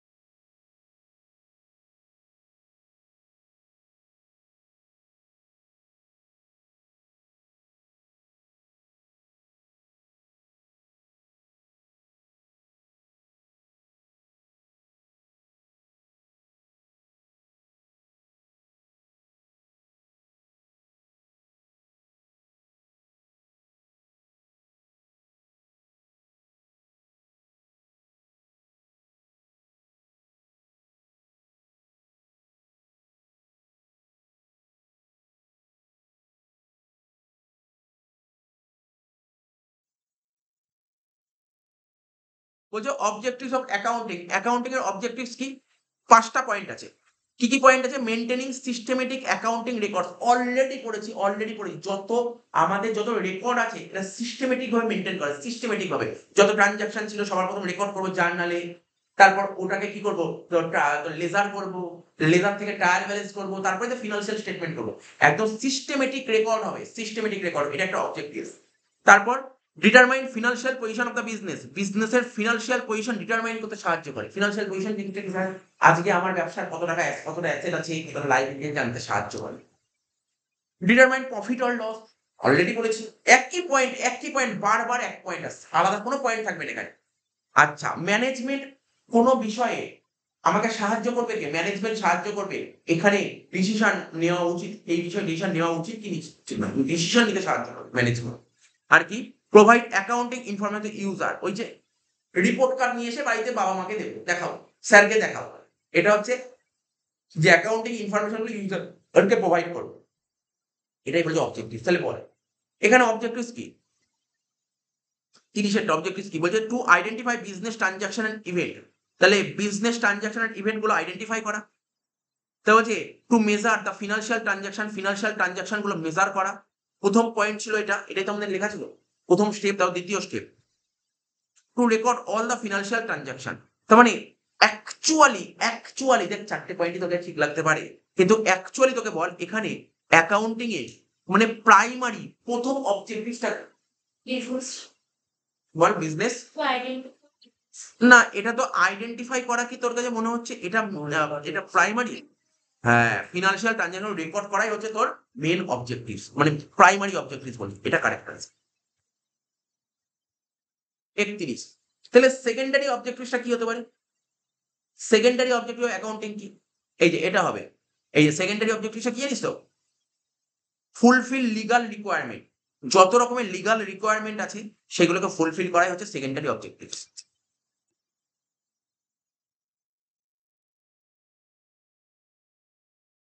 The source of information related to financial position of an organization is, এটা তো পড়েছিস, এটা তো বলতে পারবি বল। বলছে কি জানিস তো? বলছে দ্য সোর্স অফ ইনফরমেশন। শোন, এমনিটা বল দেখি, দেখ কিভাবে পড়বি, দেখ এমসিকিউ বলার টেকনিকটা দেখ। এখানে কোশ্চেনটা কি ছিল, মেন পয়েন্ট কি ছিল এখানে? ফিনান্সিয়াল পজিশন, মনে পড়ে? এই যে এই লাইনটা পড়ে পুরো মেন পয়েন্টটা কি আসলো এখান থেকে? Financial position. কি পয়েন্ট, এটাকে কি পয়েন্ট বলে? তো আমি বারবার করে লেখালাম, খাতায় আজকে লিখেও ছিল ফিনান্সিয়াল পজিশন, আর একটা নাম লিখেছিলাম মনে পড়ে? Balance sheet. না, ওটা পারফরম্যান্স ছিল প্রফিট অ্যান্ড লস, পজিশন ছিল ব্যালেন্স শিট। বুঝতে পারলি তো? পজিশন ছিল ব্যালেন্স শিট, ঠিক আছে? পজিশন ছিল ব্যালেন্স শিট, বুঝতে পারলি? পজিশন হচ্ছে ব্যালেন্স শিট। তাহলে কি হবে দেখ, অ্যান্সার আর কি করতেই হলো না। আমি কি বললাম? Financial position balance sheet. যদি এখানে বলতো ফিনান্সিয়াল পজিশন না বলে, যদি বলতো না ফিনান্সিয়াল পারফরমেন্স, তখন বলতি ট্রেডিং এন্ড পিএল। বুঝতে পারলি? বুঝতে পারছিস তো কোশ্চেনের অ্যান্সার হলো? 33-এরটা বলছে which one of the following is not a limitation of accounting. শোন, আচ্ছা কোয়েল বল, এখানে ট্রাই চেষ্টা কর। বলছে এর মধ্যে কোনটা, হ্যাঁ বল। 31-এরটা বলেছিলাম হচ্ছে তোর সি। কোয়েল বল 33টা বলছে এর মধ্যে কোনটা অ্যাকাউন্টিং এর অসুবিধা নয়। মানে কোনটা অ্যাকাউন্টিং এর অসুবিধা নয়, মানে সুবিধা। তাহলে তুই দেখ না অসুবিধা কোনটা। পার্সোনাল জাজমেন্ট প্রথমে পড়ালাম, অসুবিধার মধ্যে পড়ে। অ্যাবসেন্স অফ কোয়ালিটিভ ইনফরমেশন, এটাও তো অসুবিধা। উইন্ডো ড্রেসিং, এটাও অসুবিধা। তাহলে অসুবিধা নয় কোনটা। লাস্টেরটা lack of sound knowledge of accounting, ঠিক আছে, এটা সুবিধা।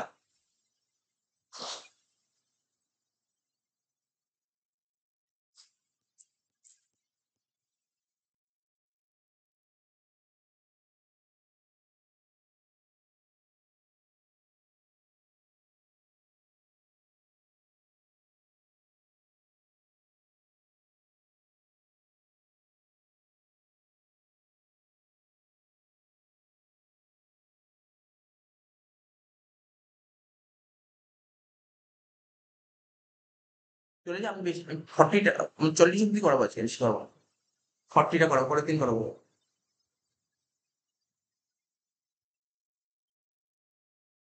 এবার বলছে the assets which have no realisable value are called.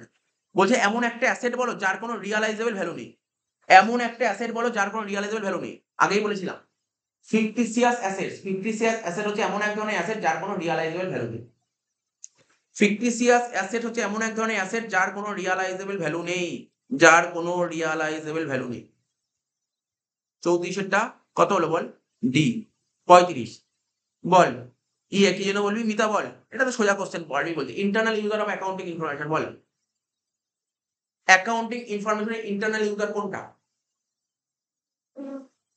হ্যাঁ হ্যাঁ হ্যাঁ, অল অফ দ্য অ্যাবাভ হবে, অল অফ দ্য অ্যাবাভ হবে, এটা তো বললাম আগে। 36, আচ্ছা দেবপর্ণা বল, এটা এক্সটার্নাল ইউজার কোনটা হবে এখানে বল। All of the above, creditors investor tax authority, all of the above. 37, external user, এটা আগেই পড়েছি। এমন একটা এক্সটার্নাল ইউজারের নাম বলো যে কোনো যে কোনো ইন্টারেস্ট নেই। মানে আমি বলেছিলাম না ডাইরেক্ট ইন্টারেস্ট হয় ট্যাক্স অথরিটি, কিন্তু ইনডাইরেক্ট ইন্টারেস্ট কে? Indirect researcher. 37টা হবে রিসার্চার।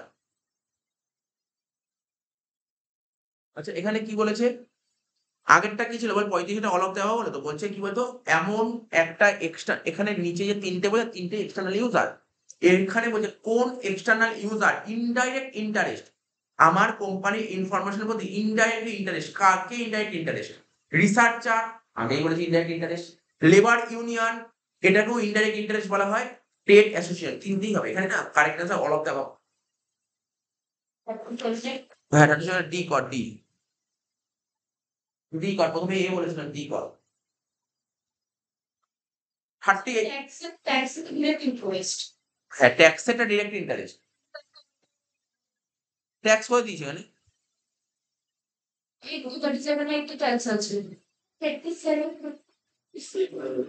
37 ট্রেড অ্যাসোসিয়েশন আছে। 38টা কি বলছে, which one of the following event is a transaction. এর মধ্যে কোন ইভেন্টটাকে ট্রানজাকশন বলা হয়? সেন্ডিং প্রাইস লিস্ট, ঠিক আছে তো। 38এরটা দেখ, আমরা পড়েছিলাম তো।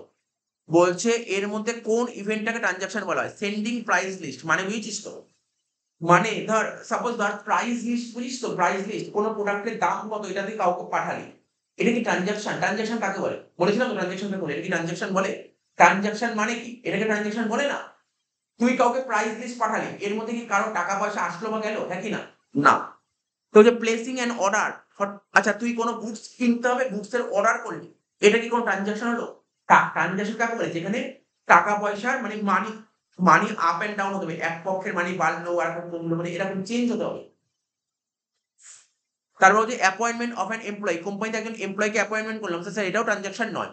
অ্যাক্সিডেন্টাল লস অফ স্টক, তোর ব্যবসায় আগুন লেগে গেছে, এর ফলে কি হবে জানিস তো, আমার 10,000 বা 1 লাখ টাকার মাল ক্ষতি হয়ে গেল, এটা আমার ট্রানজাকশন এফেক্ট করবে, ঠিক আছে, এটা হবে। আর দুটো কোশ্চেন পড়াবো আছে, 39 আর 40। কারেক্ট স্টেটমেন্ট, কারেক্ট স্টেটমেন্ট কোনটা এর মধ্যে? ক্যাপিটাল বের করার ফর্মুলা কি বল, বলতে পারবি কেউ? বল দেখি ক্যাপিটাল বের করার ফর্মুলা কি? Capital asset আর liabilities. শোন, ক্যাপিটাল বের করার ফর্মুলাটা কি তোর মনে পড়ে? আমি তোকে তোকে জিজ্ঞাসা করছি, বল অ্যাকাউন্টিং ইকুয়েশন, বল অ্যাকাউন্টিং ইকুয়েশন বের করা করেছিলাম তো, অ্যাকাউন্টিং ইকুয়েশন অঙ্ক করেছিলাম, ফর্মুলা বল মনে আছে? কি ছিলাম? Asset equal to capital plus liabilities, এটা ছিল তো। তাহলে ক্যাপিটাল বের করার ফর্মুলা কি হবে? এখান থেকে কর, C equal to A minus L. তাহলে কি হবে? এখানে আছে এ মাইনাস এল আছে কোথাও? বল 39টা কি হবে? 39টা কি হবে দেখ। তাহলে কারেক্ট স্টেটমেন্ট কোনটা এখানে? কারেক্ট স্টেটমেন্ট কোনটা?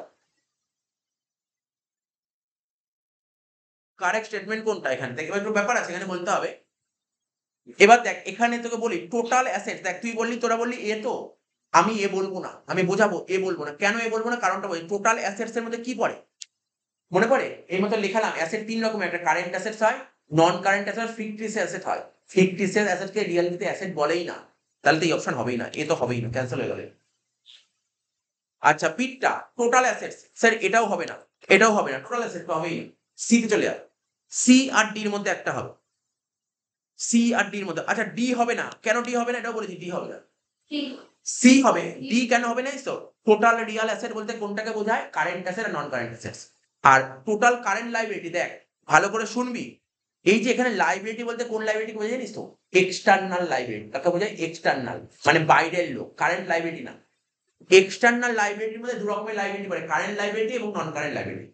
ঠিক আছে তো? তো কারেক্ট অ্যান্সার সি হবে, ক্যাপিটাল বের করার formula total Real assets minus total external liabilities. 40। তো কারেক্ট স্টেটমেন্ট কোনটা?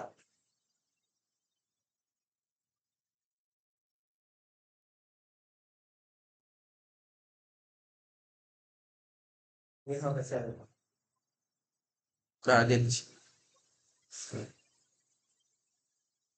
National capital fixed দেখছি। এই দেখ শোন, এই যে এখানে বলেছে না সি নম্বর পয়েন্টটা আমি বলি, সি নম্বর হবে না, বলছি এটা কেন হবে না। কারেন্ট অ্যাসেট থেকে কারেন্ট লাইবিলিটি বাদ দিলে তাকে ওয়ার্কিং ক্যাপিটাল বলে, এটা হবে না, সি হলো না, এটাকে ওয়ার্কিং ক্যাপিটাল বলে। তারপর ওন ক্যাপিটাল সঙ্গে ইন্টারনাল ক্যাপিটাল, ওন ক্যাপিটালের সঙ্গে ইন্টারনাল ক্যাপিটাল যোগ করলে কি হয়? এই ওন ক্যাপিটালের সঙ্গে ইন্টারনাল ক্যাপিটাল যোগ করলে তাকে কি হয় বলে জানিস তো? এটাকেও ফিনান্সিয়াল ক্যাপিটাল বলে না, ঠিক আছে? ওন ক্যাপিটালের সঙ্গে ইন্টারনাল ক্যাপিটাল যোগ করলে তাকেও ফিনান্সিয়াল ক্যাপিটাল বলে না। আচ্ছা অ্যাসেট থেকে এক্সটার্নাল লাইবিলিটি বাদ দিলে, অ্যাসেট থেকে এক্সটার্নাল লাইবিলিটি বাদ দিলে এটাও ফিনান্সিয়াল, কারেক্ট অ্যান্সার হবে এটা, এ হবে, বুঝিস তো? ফিনান্সিয়াল ক্যাপিটাল বের করার ফর্মুলা হচ্ছে ফিক্সড অ্যাসেটের সঙ্গে কারেন্ট অ্যাসেট যোগ করলে, ফিক্সড অ্যাসেটের সঙ্গে শোন, একটাই তো বললাম। এই ফিক্সড অ্যাসেটের সঙ্গে কারেন্ট অ্যাসেট যোগ করলে তাকে বলে ফিনান্সিয়াল ক্যাপিটাল, ব্যাস এটা হয়ে গেল শেষ। আজকে 40টা করালাম, এই চ্যাপ্টারে কতগুলো আছে জানিস? নর্মাল এমসিকিউ যেগুলো 159 আছে। আমরা পরবর্তী ক্লাসে করার চেষ্টা করবো, তোরা পারলে এগুলো করতে থাকিস।